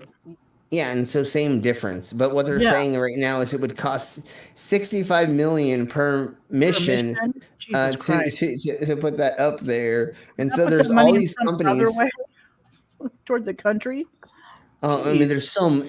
God damn it! It's so silly that we're talking about this already. It's better to buy an advertising slot in a movie. I mean, I saw a thing the other day talking about sales for Eggos went up like 14% after they appeared in Stranger Things. Right. Right? Because it was in Stranger Things. People started buying it and eating it. 14%. That's quite a lot. Well, it's just like Reese's Pieces that got shown in E.T. Yes, that's Their sales got fucking like boomed. There's a handful of other product placement that totally does that as well. What about pizza? When the turtles got popular? Yeah, there was like there's Pizza Hut and like a handful of movies, and everybody and their mom, of course, didn't ran. Over here, we hardly ever heard. We hardly ever. I imagine it would be better to get the movies placements, because how many people go out at night and look up at the sky, and also how well is that going to work with light pollution? True. I don't know, and that's what we're going to figure out in the near future. Light pollution on itself. The only thing is, it's going to be very, very good for subliminal messaging for you. Like, say you're driving down the road, down the freeway, right? And you're not looking at it, right? But your brain all of a sudden goes, "I want pizza."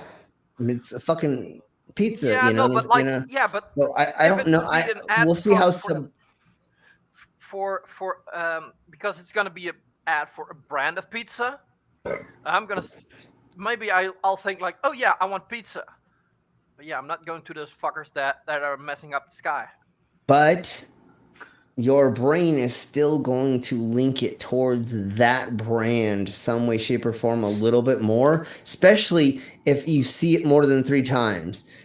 Even though you may have a preference, once we've seen something more than 3 times, your brain starts to notice it more. And that's how advertising works. When you're like watching a certain TV program or something like that, you'll notice you're probably going to see a certain ad 3 times within that program nowadays.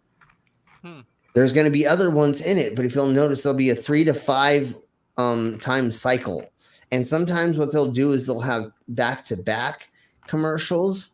I've seen that. Are from Seen other things. Back to back a few times on TV. Well, or it's a different version. It's a different version of the commercial, right? So the first one is this version, and then the second one is that version, and then later you have the first version, and then the second version, and then you know what I'm saying. So they're 5 timesing you without you realizing it to some extent. So there's a study and that I've looked into, or I'm a little bit into psychology because I'm a psycho. But anyways, there's patterns for advertising, and it's 3 times to 5 times and other things, and there's other breakdowns to it on how long it is for how many times and for what you can do to get people to like keep remembering. But if you have a billboard where every 3rd or 5th billboard you see the same advert or you see the same kind of subject, your brain gets sucked kind of into that. Like McDonald's does this very, very well. They'll do in 150 miles, McDonald's at 250 exit, right? 50 miles before. McDonald's is going to be on the 254 exit. 5 miles before, 10 miles before that one, and then the one right before. You know what I'm saying? They make you see that multiple times. So if you weren't hungry, most likely you're going to start salivating. You're going to think about that, and you're going to actually like maybe want it. And or what really sucks, but it happens all the time. You have the kids in the back seat. McDonald's, and you're like, fuck, God damn it, that's completely different. That's also why a lot of them have those when they're right next to the highways and stuff. They have the huge tall signs. So they're blinking. Yeah, exactly, and it's just all advertising to get this. And that's there's the thing. No advertising technically allowed. No, but they see McDonald's and they want it, and then you're like, crap, I gotta stop. But that's because it's McDonald's. But like if McDonald's would put an ad in the sky constantly, and with that just pollute the sky, the night sky, I wouldn't go to McDonald's anymore. Yeah, but unfortunately, how much I see it, I wouldn't go. Yeah, unfortunately, in 50 years after they begin doing this, the night sky is just going to be advertisements, and you're just going to be used to it. And unfortunately, we're all fucked. No, unfortunately, we're all fucked, and that's why we're showing this, because this is completely screwed up. If they begin doing this, we just got a new. Starlink pissed off a lot of astronomers. Can you imagine what this is going to do to astronomers? Yeah, no, exactly. No, this is not going to be fun for anybody. No. That's why we're going over this, because this is completely scary, especially because read what this. Hold on. Let me read what this says right quick. Each satellite could be as large as a 350 square foot solar sail. So each one of these could be a 350 foot solar advertisement that they throw these things up as. Yeah. So you'll have it will eventually leave, I think. Well, because it will speed up. Well, we'll see. I mean, like, of course, like you kind of just said that, like, there could be like weather conditions and things that make so you can't completely always see them. Yeah, it goes down further in there. So it says the problem also is, right there. That the satellites have to be exposed to sunlight, and the missions could not be performed around the time sunrise and sunset, but only at night, or not even at night, or not at night. So it has to be around sunrise or sunset when the sun's just glancing off the earth like that. Okay, so once again, There's a lot of complications. The scary thing about it. Well, but the scary thing is they're figuring out a way to do this, and it's going to be scary when they figure out how to reflect. Once they figure out how to reflect lasers or objects off of other things to make it so that it's glowing in the sky constantly, it's just going to be like Back to the Future in the second one or something like that. They had the billboards up in the air, and they had I think what I'm thinking of. And then also kind of, I know that it's not 100% like this in Blade Runner, but they did have all these floating advertisements everywhere, and they were placed in weird spots. So this is almost also, like if you have this in if you have these things in the sky in orbit, like if you put too much there, we can't leave anymore. Yeah. Well, again, the government is going to. Okay, so the way that I think it's FDA, right? The Federal of Airspace. FAA. Sorry, thank you, Mama. The FAA. So what they do is they tell you when and where you can be in certain places, right? So if they had to put something to go to the ISS, if they were testing something somewhere, they would make them leave that airspace. But what I want to show, see what we're looking at right now? Those are actually Chinese drones that they made exactly. to look like that. Yeah. So what can actually happen, which is going to be the first version of this, is drones are going to be giving us advertisement in the air. And then it's going but that's to temporary. That I don't have a problem with that. Sure. And I don't especially Vincent things, I can understand something like the drones. Sure. You know? I don't agree with advertisement being in our eyeballs constantly, although our fucking faces in our phone constantly. But this is going to be the first version of this, and that's what we're trying to get at. And one of the things we do on this channel is we try to like warn people about things or just like bring it up before it happens. And like we're irrelevant. 120 people watch our fucking things every time we do something. That's a nobody. But I just feel more comfortable going over these things and trying to talk about them. And this is going to be the first type of sky advertising would be with the drones, and then they want to move it to reflecting things off of satellites, making them glow in a certain way through the atmosphere or things like that. So let's see, what is the next thing we were going to go over? Let me double check. Oh, the pill that mimics exercise. Yes. Oh. Now, hey, if it works, I can handle that. No. If this actually works, we will save a lot of lives. Although I do believe in health preparation for your existence, right? I mean, you should like not just eat bacon 24 hours a day and then take this pill and expect it to. People should like go out and touch the grass, things like that. Like walk to your car, walk to your mailbox. Don't take your car. You can't just take the easy result for everything. When I go to park at the supermarket or in a place, my brain wants to go find the near space. And you know what I do? I just drive around and I just fucking pick up the thing. I just pick the spot that's 20 feet away, 40 feet away, whatever's, I don't try to find the first space. I just go, fuck it. Just keep driving, park wherever and walk.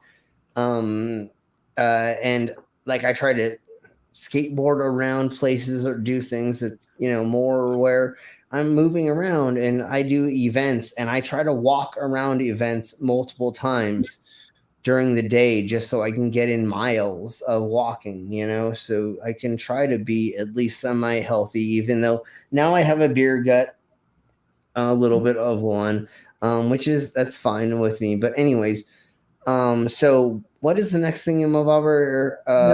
Here we go. The pills of the thingy. So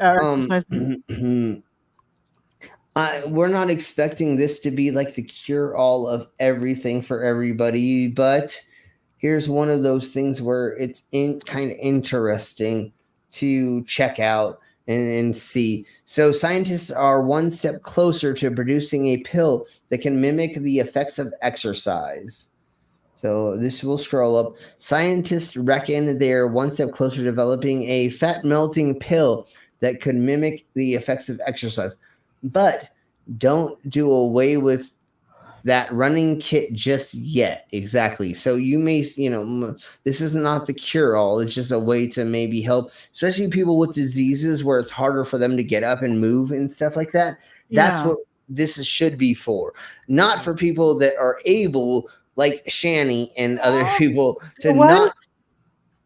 No, Slim, that's also for me. I want my beer belly gone. Slim, do you recall, like in the 90s, there was an actual, was it a pill I'm thinking of? Or it was It was just meth. Yeah, it was just meth. Really, it was just meth that you would take. Chips in or something, and it mimicked fat burning, but it was giving people diarrhea or something. Yeah, and they stopped using it. I can't remember. I believe what they figured out that it was mainly like just speed, or it was just like an upper. That's it. Right. In the movie Requiem for a Dream, it's a really amazing movie that talks about drugs. Yeah, it is. A woman, the heroin addict's mother, is taking an wants upper to go during... on a quiz show that she used to watch with her husband, who's now dead, back when her family was whole and her son wasn't a heroin addict and her husband was still there, and this was just her dream. She wanted to fit into the red dress that he just loved to see her in. So she sees an advert for diet pills and she takes them. It consists of taking 4 pills. It's uppers, and then at the evening they give her a downer to make her sleep, and she starts losing her mind. She starts hallucinating. It wasn't just because of those. She kept swapping the pills, right? Yeah. So she was taking some of the downers with the uppers. And so when you do things like that, you hallucinate like fuck. And the reason I can tell you that firsthand is, son of a beach. We used to do a thing called suicide flipping. Have you heard of hippie flipping? No. Okay, hippie flipping is where you take mushrooms and ecstasy together. Okay. There's other types of flipping, right? So you take certain drugs together, and that's the name of it. We used to call it suicide flipping. Okay. Because what you would do is you take 5 different drugs together and ride out the night. Because we were selling drugs, so you would take like a pill of ecstasy, you would take snort a little bit of K, you would take some LSD, take some mushrooms, smoke a joint, and then be drinking alcohol on top of that, or a beer on top of that. So we call it suicide flipping, because you technically didn't know if you're going to wake up the next day. Gotcha. I haven't done. I've been clean for like 16 years or whatever off of what was my vice was meth. I've been clean for 16 years off of it. But yeah, that was the thing, is when you're running that many drugs or that much stuff, you're just like, fuck it, just like keep going. And unfortunately, half of my friends or a quarter of my friends I know that have died of overdosing. So many of my friends that I know did not make it. But anyways, let's keep blowing on with just... I found what I was looking for. Olestra was a cooking oil that was used to replacement for fats and oils and prepackaged ready-to-eat snacks. Okay. It was called Olestra.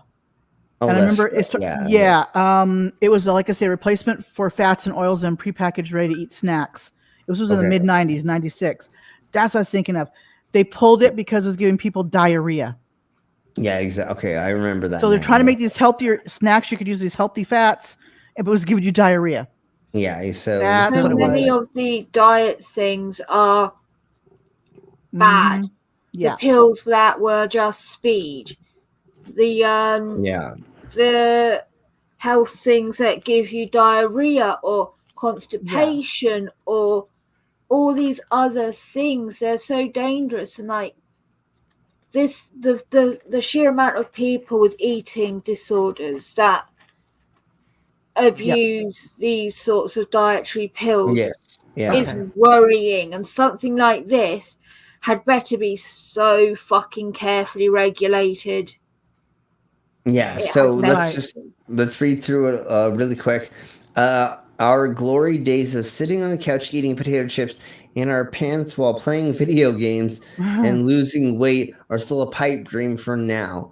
A group of clever scientists from the America's prestigious Massachusetts Institute of Technology, which is MIT. MIT. Reckon that they have cracked the genetic code that will teach scientists how to make some cells in the human body go in reverse. Specifically, son of Mama, do you know how to say that? Mesenchymal? Mesenchymal. I don't know. Mesenchymal. I think is how to pronounce it. Okay. Stem cells. Morph into fat storing machines.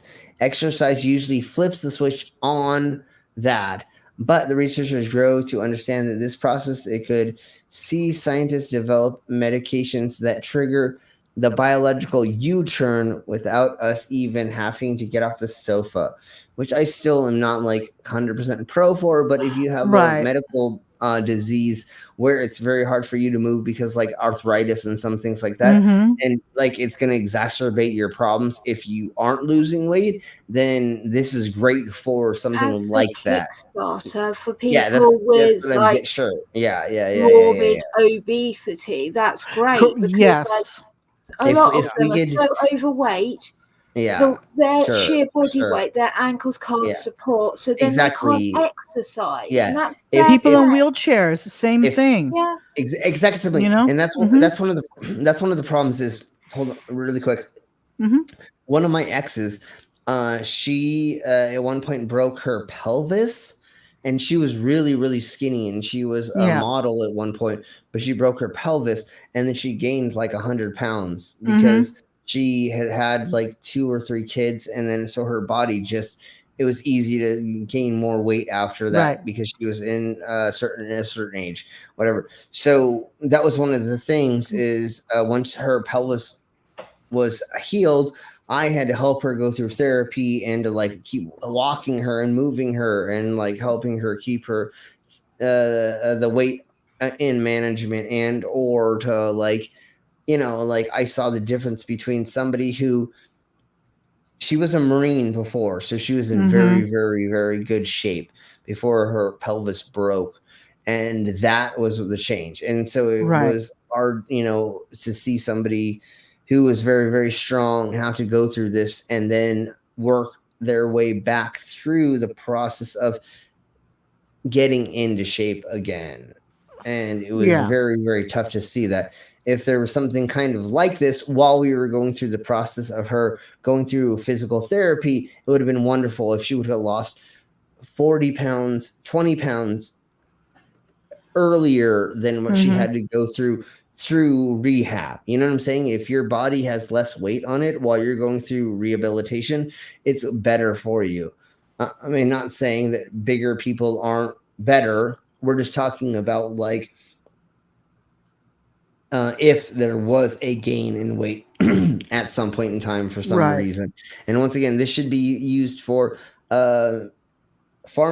medical benefits, not just somebody who wants to sit on their butt constantly and not do anything. Not be an over-the-counter diet pill that anyone can get. It should definitely be prescription. I do agree with that. Yeah. And it should for people that are trying to lose weight while going through. They should be under strict supervision It should be controlled. Dietitian. Yeah, you should be treated like a controlled substance. Oh, you're a bit chubby. Here you go. Have a pill. Yeah, exactly. It needs to be treated like a controlled substance where you have to go every month to get a prescription.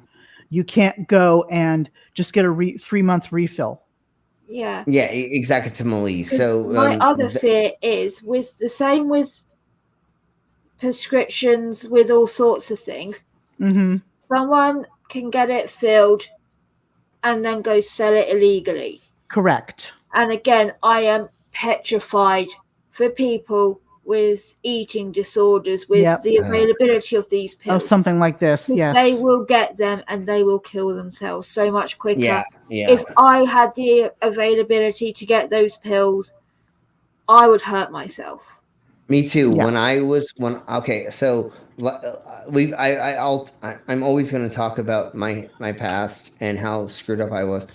Growing up in the Californias, in Southern California, next to LA, I had a body dysmorphia disorder where I thought I was fat most of my life. I don't remember what that's called right off the top of my head, but I thought I was body fat. dysmorphia works. Anorexia. And bulimia. Anorexia nervosa. There's bulimia and the other things, right? I did all of that fun stuff because growing up in the Californias, you have to be this. You know, in Southern you know California, yeah. Mm-hmm. Yeah, in Southern California, you have to be a beach boy, right?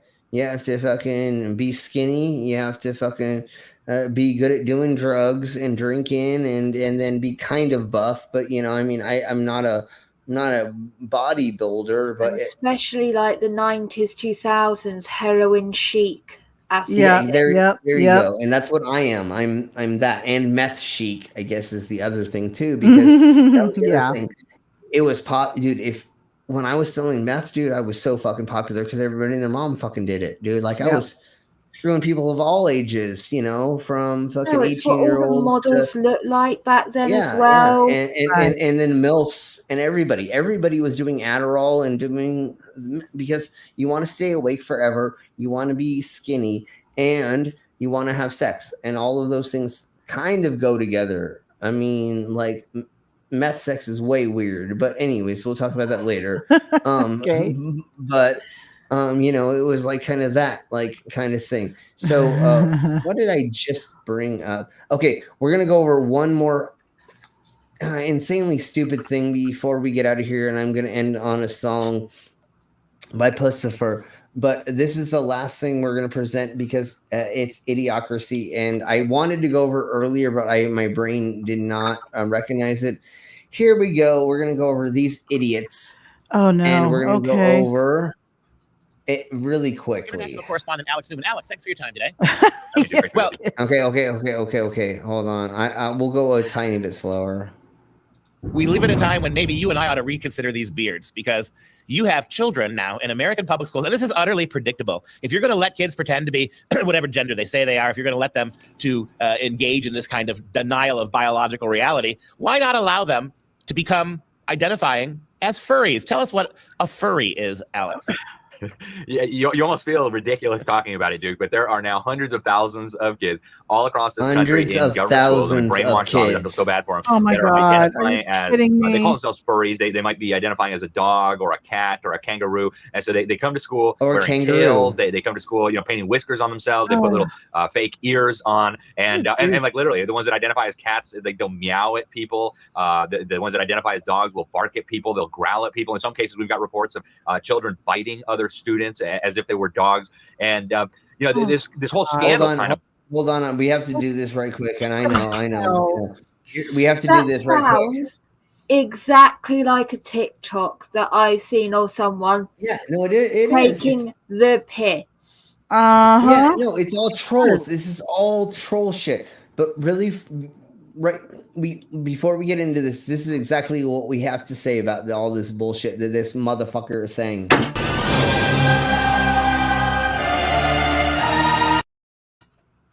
Citation needed, motherfucker. Oh my literally, God. Nothing that this dude says is There's real. literally hundreds of thousands of kids. Where? Yeah. I sure as hell haven't seen them. He thinks there are more children in these high schools identifying as furries, as kangaroos, then there are children that are identifying as LGBTQIA+. Yes. And if you notice, one guy said gender is not biological or something like that. Yeah, no, this is all gender and biological sex mixed up. This is all fucking It's all scare tactics to get us to like run away from transgender, transhumanism, and other things where lots and lots of people commit suicide every day, every year, every month, everything because they do not feel comfortable in their own body and they cannot talk to other people. I don't give a flying F if you fucking feel like a kangaroo. As long as you don't commit suicide and you're going to be a positive member in society, I don't give a flying fuck what you fucking think you are. Why does that matter? As long as you're paying taxes, you're working, you're putting into the zeitgeist, you're being positive. As long as you're like, yay. Yeah, well, as long as you're being yay about shit, right? Who gives a flying fuck what you fucking think you fucking... And then because the kids identify as cats and dogs, they're meowing and barking at people. That's usually not what happens. I mean, they probably do. Hold on. Even if somebody does, like, let's say that's how they say hello to their friends in the hallways. Ooh, I mean, I remember again the emo craze where all the emo girls were like, "I'm the little kitty girl." Yeah, exactly. Like, meow meow meow meow meow. Like, I'm cute. Yeah, meow. But that's the thing. They just don't strictly meow like they're putting out. No. What does he think they go up to each other and like, hang on. And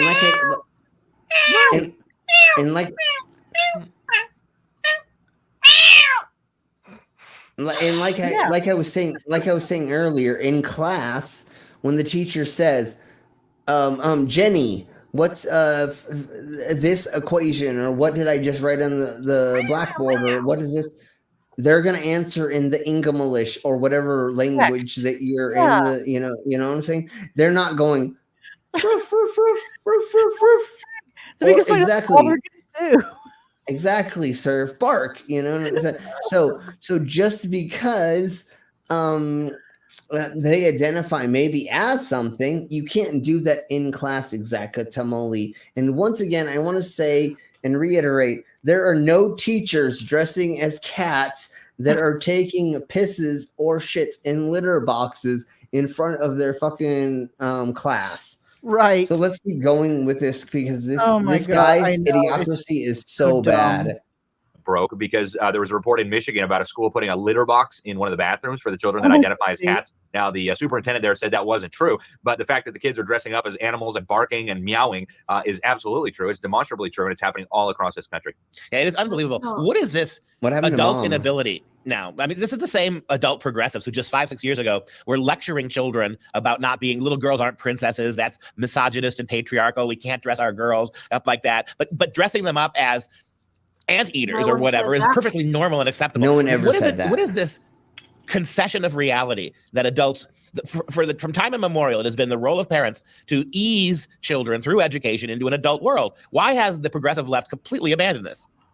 Well, I think you hit the nail on the head at the start of the program when you said that this is just the logical. They're misconstruing what's going on. Progression of what's been going on. I mean, if a boy can identify as a girl and wear a skirt and go into the girls' bathroom and change with the girls in the locker room, we got to be logically consistent here. Why can that child not then identify as a cat or a tree or a zebra? Right? That's exactly where they're making the weird, crazy, like, elite. They're going, why can't they identify as a plane or a rock? It's exactly what they said about gay marriage. They said, if a man can marry a man or a woman can marry a woman, why can't you marry a goat? Why can't you marry a tree? Why can't you marry... before that, oh no, if we let blacks and whites marry each other, what? Yeah, exactly. Men and women marrying each other, women and women marrying each other. Yeah, I don't know. Difference. The high school my kids attended still does it. My daughter attended for a year and a half, but they have like this festival, and they would have like mock marriages. You could take a bottle of ketchup in and marry it. During this little carnival thing. I told you I think everybody knows this. I married my sword, right? Yeah.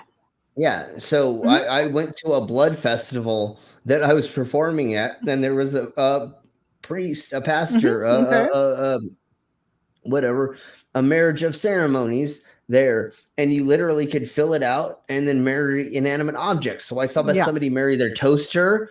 I saw somebody marry like a stapler, like as a joke off of Office, like it was a red stapler. Office you know what I'm saying? Space. Oh God, that's hilarious. Okay. And then like other things, like people were just walking up with anything, and they were like, "I'm gonna marry this napkin, whatever." Right, because y'all are being idiots about this. What? Yes, people. Yes, and in Japan and other places, people have married inanimate objects that were humanoid. France, like a doll, dolphin, and then other things like that. Yeah, totally. But how does that destroy the world? Like, ghee is not going to blow up the world because a lot of religious groups, though, are like, "Oh my God, you're making a mockery of marriage." Marriage is a mockery because of what people have done in the name of marriage. It's like religion. And do you know why marriage was actually made a thing? Was for ownership of land, wealth, and other things. Exactly. You connected with wealthy people. The only reason that was made was for that. For it was just a contract. It was a contract. Yeah, exactly. Yeah. But us norms, we don't need that contract technically, right? I mean, like there is, yes, sure. If you wanted to show, like, you could do what the Wiccans do, and you could do a binding festival. Well, hand fasting, hand fasting, and that things. Sure. Without the givement inside of it, you know what I'm saying? But once again, like, if you look into the history of it, it actually has only been around for in the Americas since De Beers, whatever's the diamond I know what you're talking about. Yep. In the 1970s, I believe it was. It may have been a little bit earlier, but I think it was in the 1970s. They started putting out these advertisements about how your woman needs a huge diamond. Yeah, she needs a ring. If you only 1 month or 2 months salary. It was three. It's 3. It was a 3 month 3 months salary. now. It used to be 2 months, but yeah, now they. It was always 3. Yeah. And wedding rings were never diamond, right? Right. Ever. Yeah. It Until was emerald because they believed that emerald would change color. Gotcha. Showing when the partner had infidelity, basically, like because emerald would change color due to heat or something. Yes. But then the De Beers did that thing to get people to believe diamonds are forever. A girl's best friend, or girl's best friend. Diamonds are forever. I think it was close to the 50s. Yeah. Right. But I can't remember. Sure. But sure. Diamonds have no resale value. In fact, they deliberately manipulate the market to make them expensive because they're not as rare as people want to be believed. As they want to be diamonds believed. aren't a rarity. No, they're definitely not. So there are three different jewelry companies that are really, really huge around the worlds, right? And what they do is they rebuy back through like certain programs to collect them. And what they do is they put them in warehouses and they sit on them for a year or 5 or 6 or 9 or whatever, and they watch the resale change again. And then they reset them or they recut them and they put them in other things and they put them on. What is the QVC? Is that QVC? There's in the Home Shopping Network. Yeah, and so those are those are the two, and then De Beers, and there's one other company that I can't remember off the top of my head because I'm a little drunk, because that's why we do the drunk news report, right? Anyways, there's one more company like that. They control all of the probably demons, know this one, Jared. Diamonds. Yeah. Oh my God, he went to Jared. Yeah, there we go. It's Jared and De Beers, and then Tiffany's. Blah, blah, blah. Yeah. Yep. Yeah. So it's exactly. He went to Jared. He went to Jared. So so those are the companies that like. No problem, Widow Son. Hello. Are you having a stream in just a minute, sir? Is he? Let me go look. Let me know if you are. Start at 5, right? Well, for you it would be. Well, 5. Hi, Irish. Hi, Irish. Hey, Irish Dublin. So anyways, let's blow on with this gentleman talking about how he thinks he's a expert in furries. Okay. That's all I gotta say. absolutely no logical reason why a child should be able to pick their gender, but not be able to pick being some other type of creature. And I think the real explanation for this, Duke, and a lot of people don't like to hear this, but the real explanation to be found in Romans 1 of the Bible. When these progressives do what the Bible describes as deliberately suppressing the truth in their unrighteousness. They want to deny that God exists. They want to deny that there are eternal moral truths that apply everywhere at all times for all eternity. I'm sorry to hear that, Irish. What, Mama? He was saying that they want to deny God's existence, because that's not what it's about. So furries have nothing to do with hold on, remember. Hold on, remember. The teachers are teaching the kids about being gay, and then they're telling them to be animals. That goes against as well. God, so therefore God. We can go to make them liberal. So just kidding. No, it's just they have to equate everything to you're denying God. Yeah, you can't be who you are. Yeah, and without bringing God into it, for God's sake. Pun intended. For God's sake, never mind. So who is it actually hurting? Like, honestly, who cares if I want to be a cyborg and I want to change myself into this, but I don't want to murder, rape, kill, screw anybody over. One of the things that I love to tell people constantly in person all the time is, the more modified I am, the more in public and in other places, like on stream, that I want to freak out and I want to be horrible. I have to be like, I'm a representation of the modified and the sword swallowers, or the people. If you don't mind me saying, you're a furry, correct? He says, known plenty of Christian furs. They even have events at conventions. Yes, and we're not going to talk about the evangelical furries. We already talked about that in the other things, and I hope you're not one of them. If you are, that's fine. Whatever. We'll talk about it later. I don't think Surf No, is. I don't think they are either, because we've known each other for a while, Surf, right? Yeah. I mean, you've been around for a while in our stuff. Nice and people. I know who you are. Need to go, Brandon? Yeah, have a good night. Have a good night. I've been falling asleep, so I think I've not seen the last videos. Sure. Good night, nice people. Good night, Brainless. Good night. Have fun with the last bit. Oh, we will. Yeah, I just want to get past this last video. Yeah, I need to tap out. I'm sorry. Yeah, no problem, honey. You gotta go. Have a good one. Sleep is more important. Go. Yeah, definitely. Have a good night. Yes, Mom. Love you, Mom. Love you. Bye. Love you too. Bye. So, like I said, we just want to get through this gentleman talking this nonsense, and everything he has said is complete bullshit.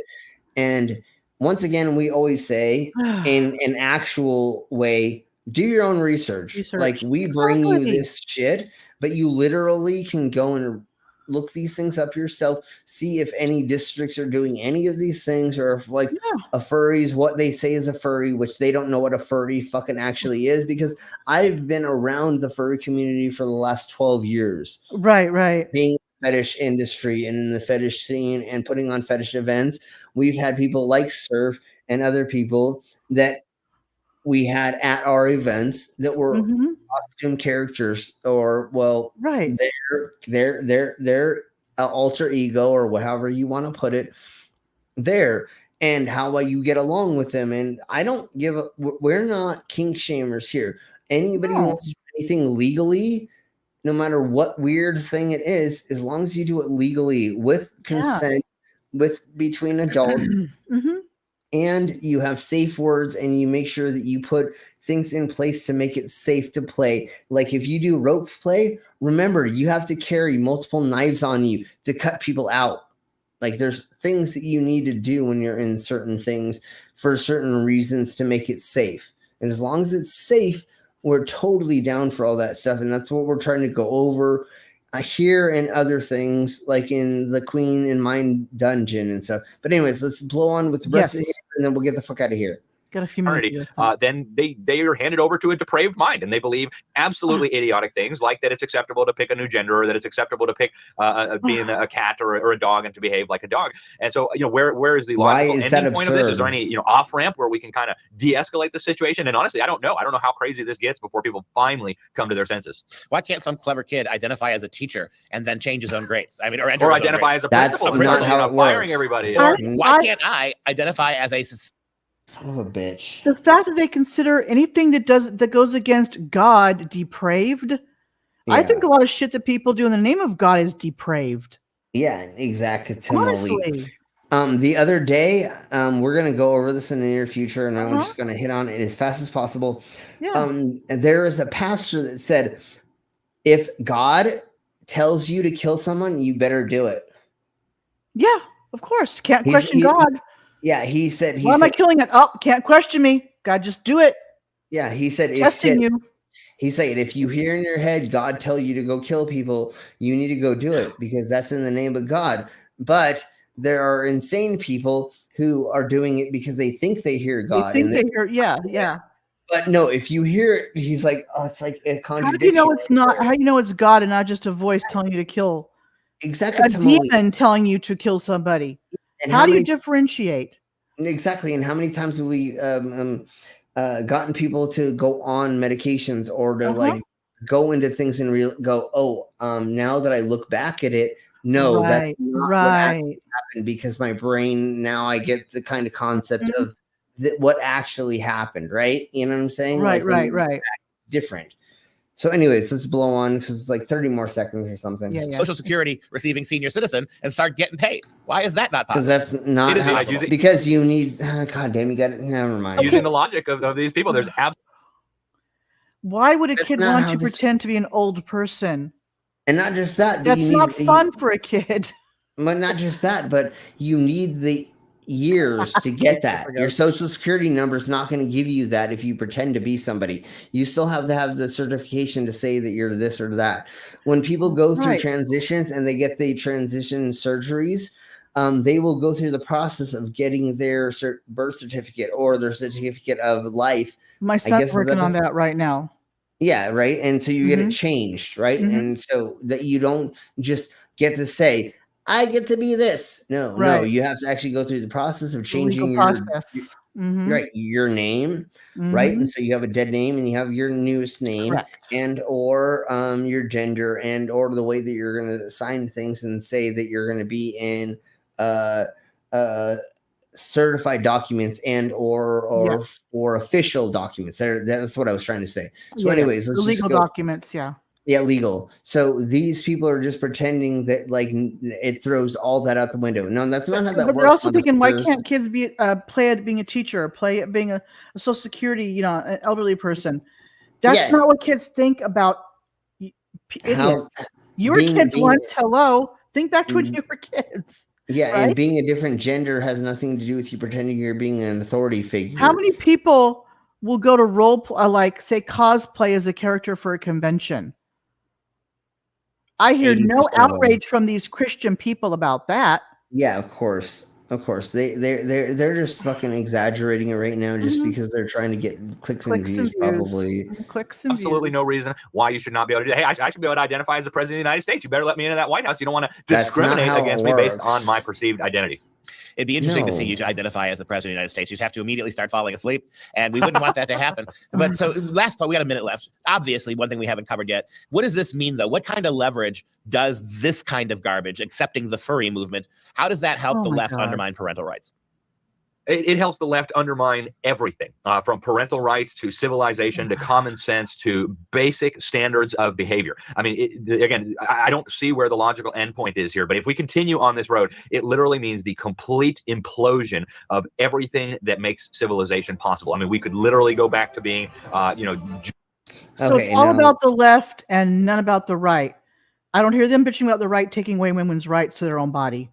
No, or they're wanting to be a different gender. What they're trying to do is they're trying to bring it back into controlling people's lives completely and saying, no matter what you want to be, we don't want you to be that unless we feel like you should be that at all. And I have a major personal upset about that, and I know Glober Mom does as well because of their child. I do not conform as being any type of being. I am not male or female. Just because I grow a little bit more chin hair than most, I do not consider myself a male or female. I'm a cyborg. I'm half and half. Correct. I want to be more like an android, and I am very gender fluid at this point. And that's why we go over these things, because they don't understand the concept of your brain not wanting to be things. And forcing somebody to be put inside of a gender role or to feel like they need to do something, especially the major thing that I am very upset about is they say every woman should have a male partner. If you're lesbian, they're telling you to get raped. They're telling you you should get married to a man and have kids. Yeah, which means they're religious, right? What, They're religious. And what happens through that, right? I mean, if you do not love like a man, right, and you have then to you're have not going to want to get married to a man and have kids just because God said so. Sorry, and that ain't going to work. And so, if you force yourself to go through that process, that is the R word, right? You're getting raped, technically. So you're forcing people to go through the process of PTSD or giving themselves that to procreate, which we don't need. We don't need more of it. Reference my son when hey Anna he first came to us, he was a she, but he always dressed up, bound his chest, and always dressed up as a man. And I can remember him having a boyfriend for 2 years. Good guy, still love him to death. But she was not into sex. She's asexual. She'd rather not have sex. Sure. And we know, we know about that as well. He's asexual. I'm sorry. He'd rather not have sex. And I think with his wife, they're slowly warming up and getting more intimate in that arena, which is great. Yeah. Because his wife is not really into sex. Do you know what I mean? Yeah. But they're talking about wanting to have a child, and so it's going the next step. But anyway, he went with a man because he said, well, this is what my religion is telling me to do, is to be with a man for 2 years. Yeah. And when it got to the point where her boyfriend was kind of like, come on, and she's like, nope. He's like, nope. And they broke it off. Yeah. Because he was pushing it and he didn't want it. So. Yeah, definitely. So once again, whatever you feel like you want to do with whoever or whatever, and there are multiple places to find those things. Once again, if you're into like certain fetishes or you're looking for a certain type of people, there are websites and there are different places to find that out. And if you would like to know more of that information from some of us, and we do try to put it out often, go to our Discord and talk to a lot of us in Queens and my Discord and a couple other people's Discord and ask questions, because we're here to fill you in, and we want everybody to feel more comfortable inside their own bodies through feeling how to either talk through it and or transition, safe ways to transition, legal ways to transition, safe sex opportunities in different ways to make sure that you are comfortable having sex in different ways as well. We'll teach you how to peg properly without hurting your partner for the first time, things like that. So, the right types of lube to use in other practices. The quantities of lube you should have on hand, depending on the circumstance. Yeah, exactly. How many partners are involved and how big the orgy is.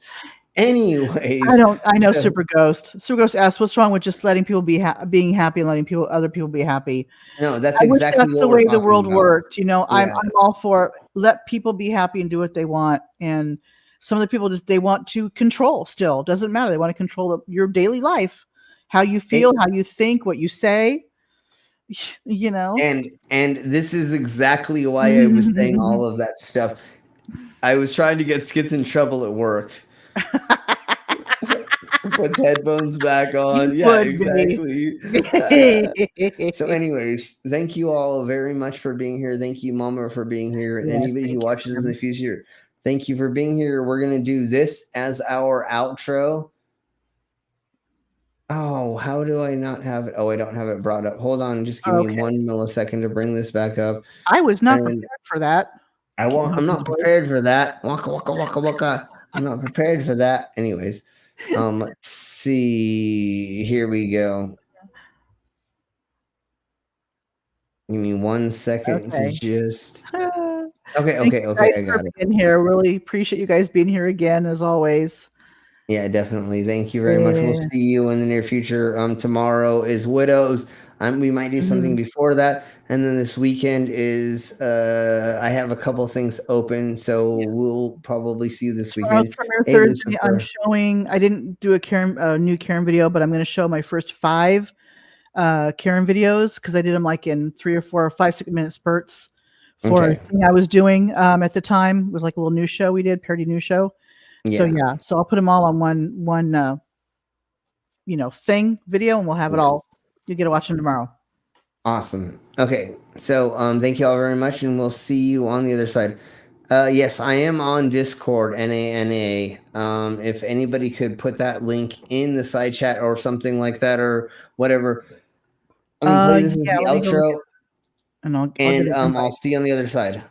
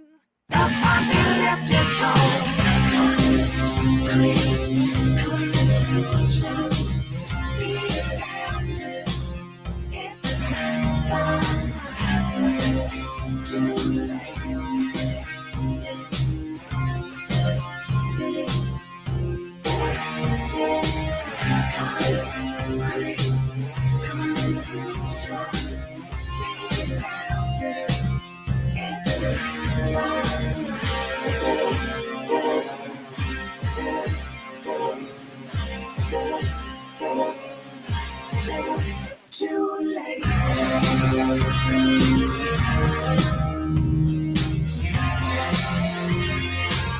It's far.